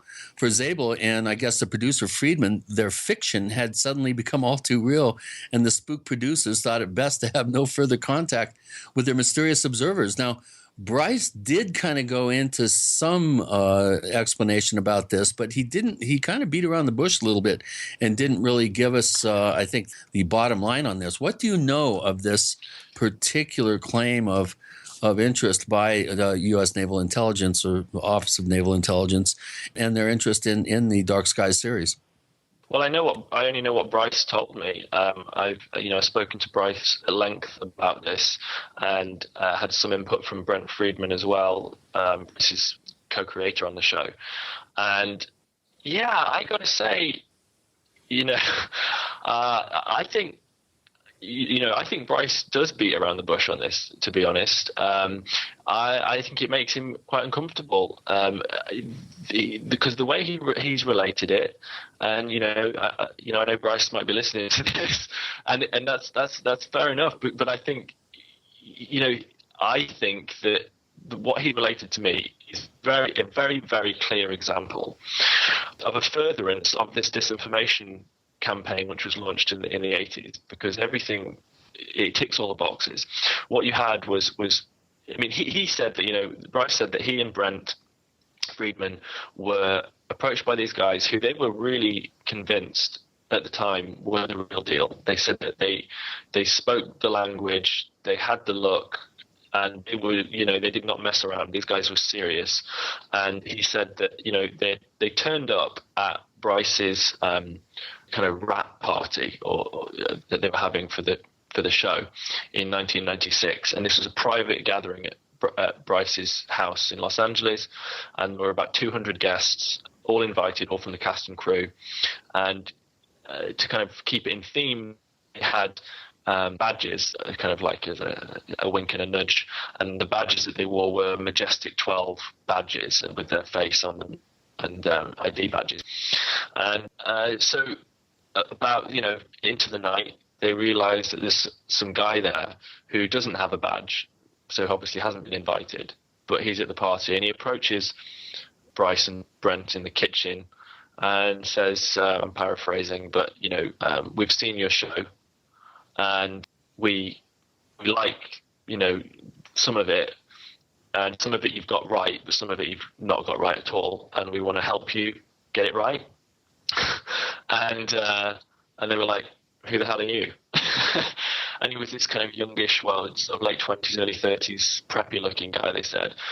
And he said, well, it's not important, who I'm with, but we can help you, and we'd like to talk to you further about your show. And Bryce was like, how has this guy even seen the show? Because they've only, it's not been screened publicly. There's only been private screenings of it at this point.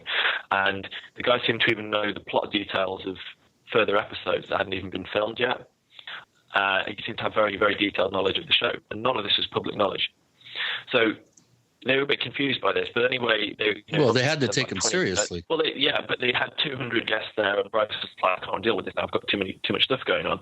So they didn't really know what to think of it. And honestly, Bryce, although he's fascinated by the subject, he's more fascinated in it from a creative perspective. He genuinely doesn't know what to believe when it comes to which is a good thing. I mean, he genuinely doesn't kind of reach conclusions about what the nature of the official involvement is. So he's not really conspiratorially minded, although he's interested in that stuff from a creative perspective, but he's not actually a conspiracy theorist. I think he finds conspiracy theory interesting, but he's not a conspiracy theorist. So it was deeply exciting to him at the time, this guy approaching. That's the impression I get. And but then after the party had ended, this guy made contact with him again, I think, or he went and approached Brent and spoke to Brent more. And then Brent said, okay, let's arrange a meeting. And they had a meeting at Bryce and Brent's office in Hollywood. And this time the guy showed up with two other guys, another guy who was another young guy and an older guy. And they said that they spoke to them for about 2 hours. They had this meeting that went on for like 2 hours, and these guys told them all sorts of stuff about, the government and UFOs, and spun a whole very convincing, very layered, detailed narrative. And they showed them and then they were getting and these guys apparently were getting really angry with Bryce and Brent. They were kind of like shouting at them at some points, and they were kind of swearing at them and saying, you guys don't even know what the hell you're messing with here.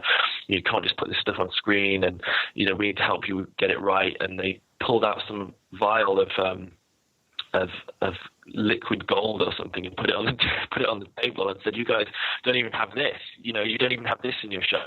Like, you don't even know what the hell you're dealing with.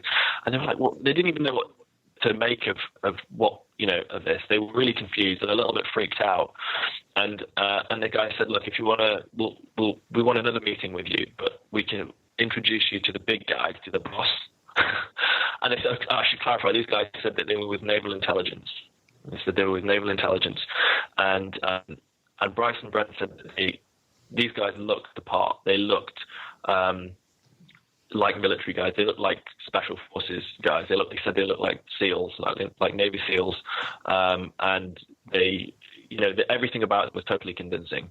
And so, and if it was a hoax, like, to what end? What's the purpose of the hoax? Like, if it's just a couple of actors, pranksters or whatever, how would they get wind of the party? How would they get all of this information? How would they know about the script?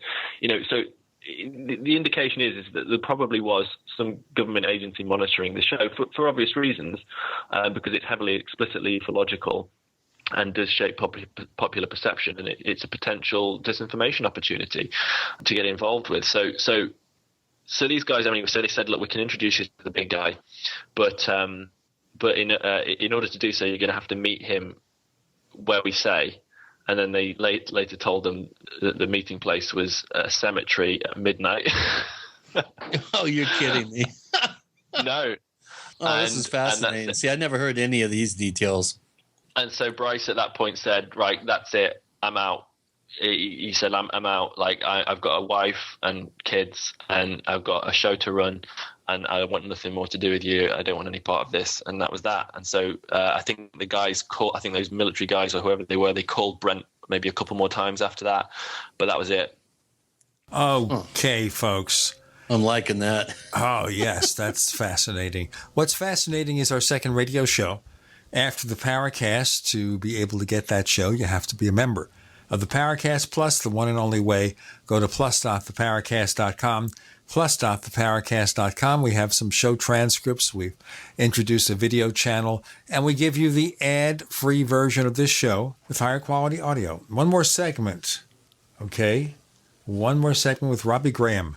With Gene and Chris, you're in the Paracast.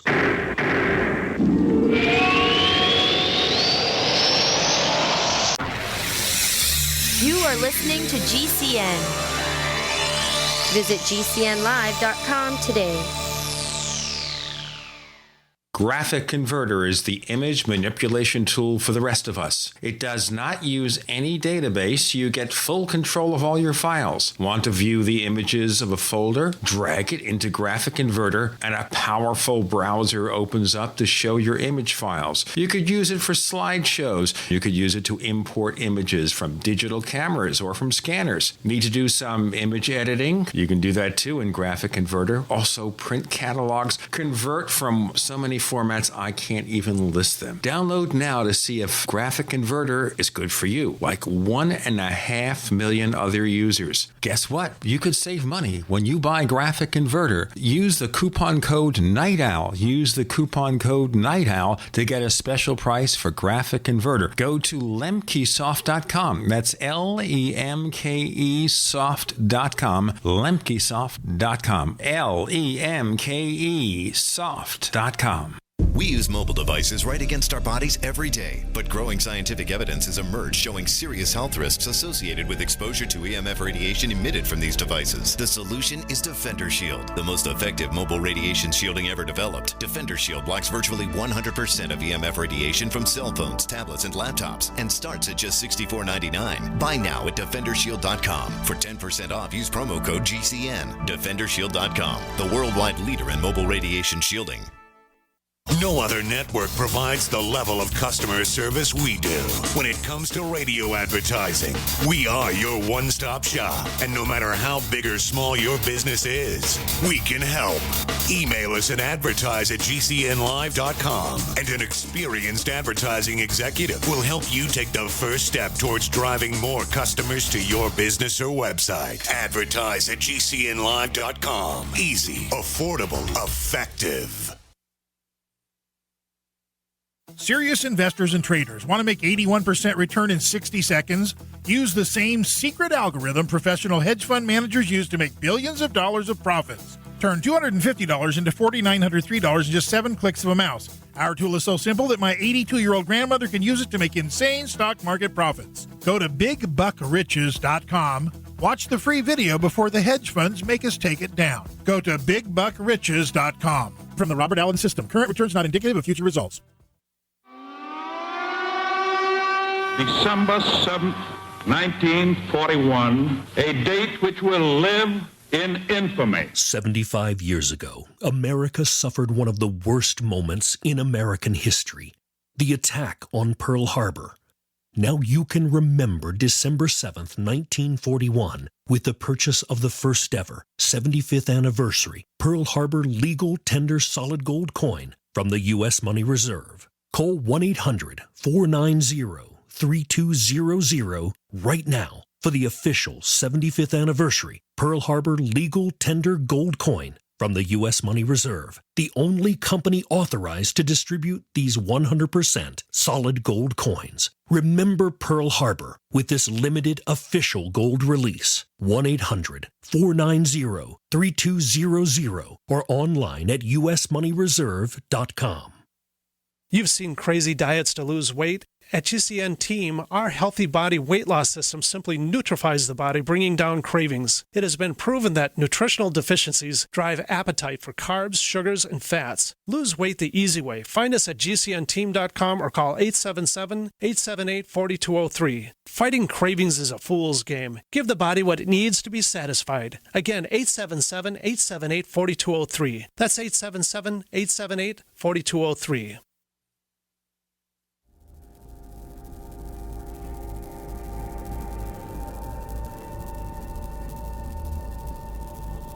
This is Robert Hastings, author of UFOs and Nukes, and you're listening to the Paracast, the gold standard of paranormal radio.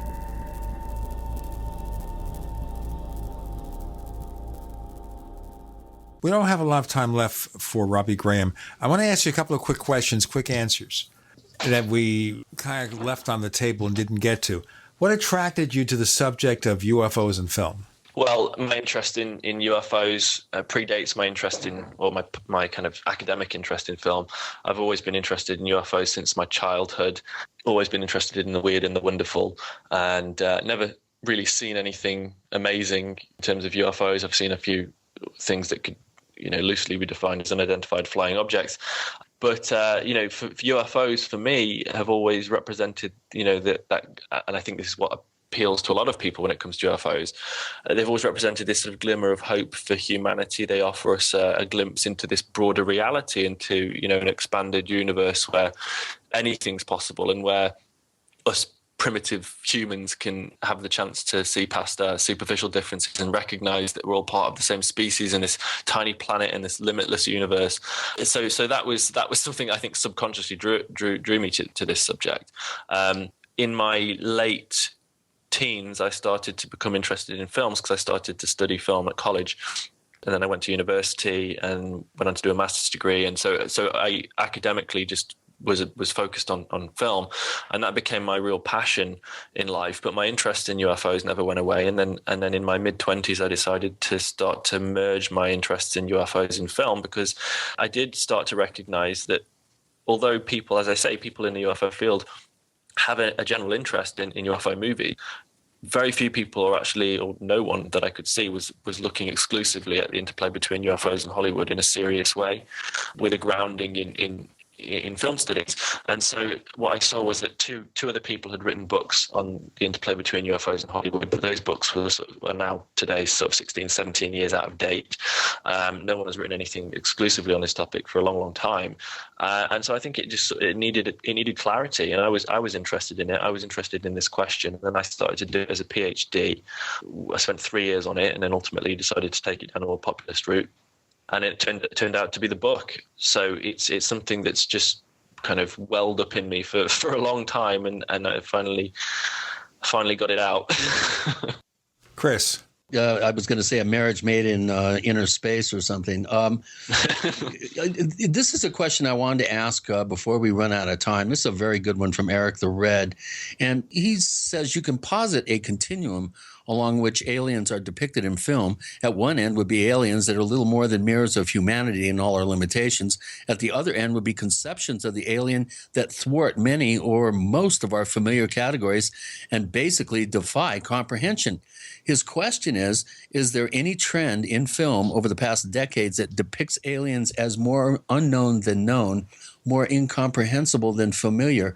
And if you do see a trend, what explains it, and where are those cool films now? I had.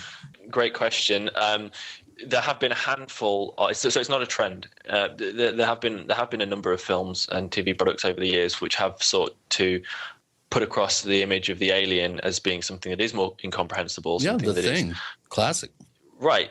Well, yeah, but I mean, even more bizarre than that, so some things where it's even harder to kind of put a label on what we're dealing with in terms of just otherworldly intelligences that are not even corporeal. But those are the exception rather than the rule. The trend, which is very clearly observable, is, again, I've referred to it earlier. The trend is that as a new generation of filmmakers has come to the fore, this generation of filmmakers has been born into a culture where what was fringe culture is now pop culture.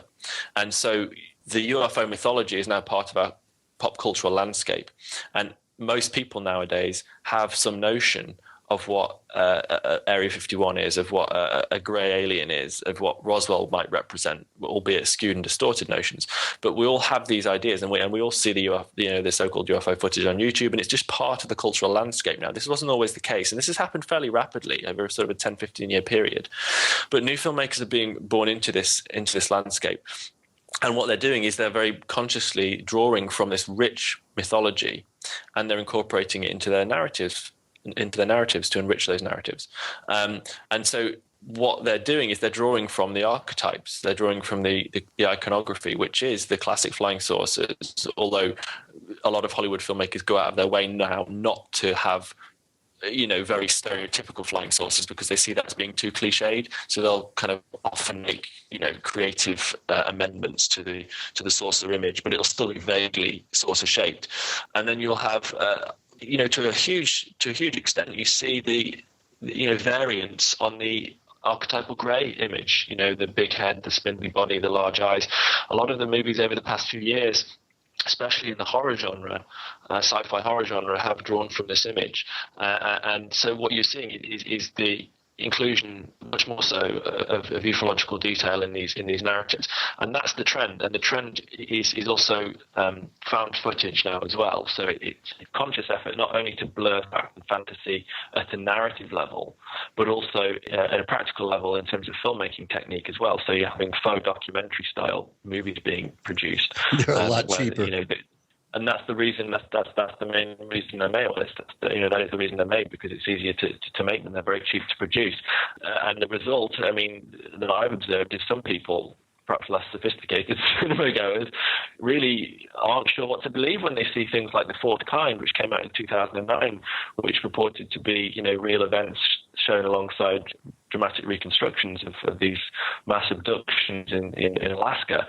That film was faux documentary style, and then you've had a number of other films like Alien Abduction, which came out in 2014, again featuring greys and things like that. And so a lot of these films, the trend is that they're really incorporating the archetypal ufological imagery and themes: abduction, cattle mutilate, all the dark themes, of course, because that's what sells. You don't often get many films about benevolent contact or peaceful telepathic contact with space brothers anymore, because it's harder to write creatively. It's hard, as you say. Most films, they dumb down now in any genre. Fear sells. Fear sells, and love is harder to sell when it comes to a subject like this, at least. In this day and age, even Superman can't be the good guy. He has to kill people, like in Man of Steel. Right. He killed General Zod. And as some of you already know, there's lots and lots of gratuitous violence in Batman v Superman. For listeners who want to follow through on more of the stuff that you do, Robbie Graham, would you tell them where they can find you? Yeah, my website is silverscreensources.uk, or you can just search for it online and you'll find it in any search engine. Silver Screen Sources. That's got my website, links to the book, various links to other articles and things like that. I appreciate your time. Are you planning a second book on the subject? On this particular subject, well, what I might do in a few years' time, in maybe 2 or 3 years' time, is do a revised and expanded edition of this book. But it will only be a few amendments and a few more case studies. But that might just be a few years down the road. And then I am dabbling with the idea of doing a similar book, but on broader paranormal subjects. So the fact and fantasy of paranormal, of broader paranormal phenomena. So Hollywood's engagement with all sorts of psychic and paranormal and cryptozoological phenomena. You can find us on Twitter. Go look for the Paracast. Look for the Paracast on Twitter. Look for 2 Paracast fan clubs on Facebook. One's a group, one's a community. Don't ask me to explain why you have to have one or the other. Just join both. We appreciate that. We'd appreciate it if you'd listen to our other radio show. It's called After the Paracast. What is it? Well, we have extended interviews with guests that continue from the main episode of the Paracast. We have color commentary. We talk about the state of the world and our own state, depending on how things are. To become a subscriber, you have to join the Paracast Plus at plus.theparacast.com. That's plus.theparacast.com. We also offer an ad-free version of this show. We remove 41 minutes of network ads. We also give you higher quality audio because it comes direct from our master recording that goes to the network. We've got other features to come. And of course, the subscription rate is not that expensive. Our price cheap. Go to plus.theparacast.com. Once again, go to plus.theparacast.com. Robbie Graham, Silver Screen Saucers is a fun book. Thank you for joining us on the Paracast. Thanks so much, guys.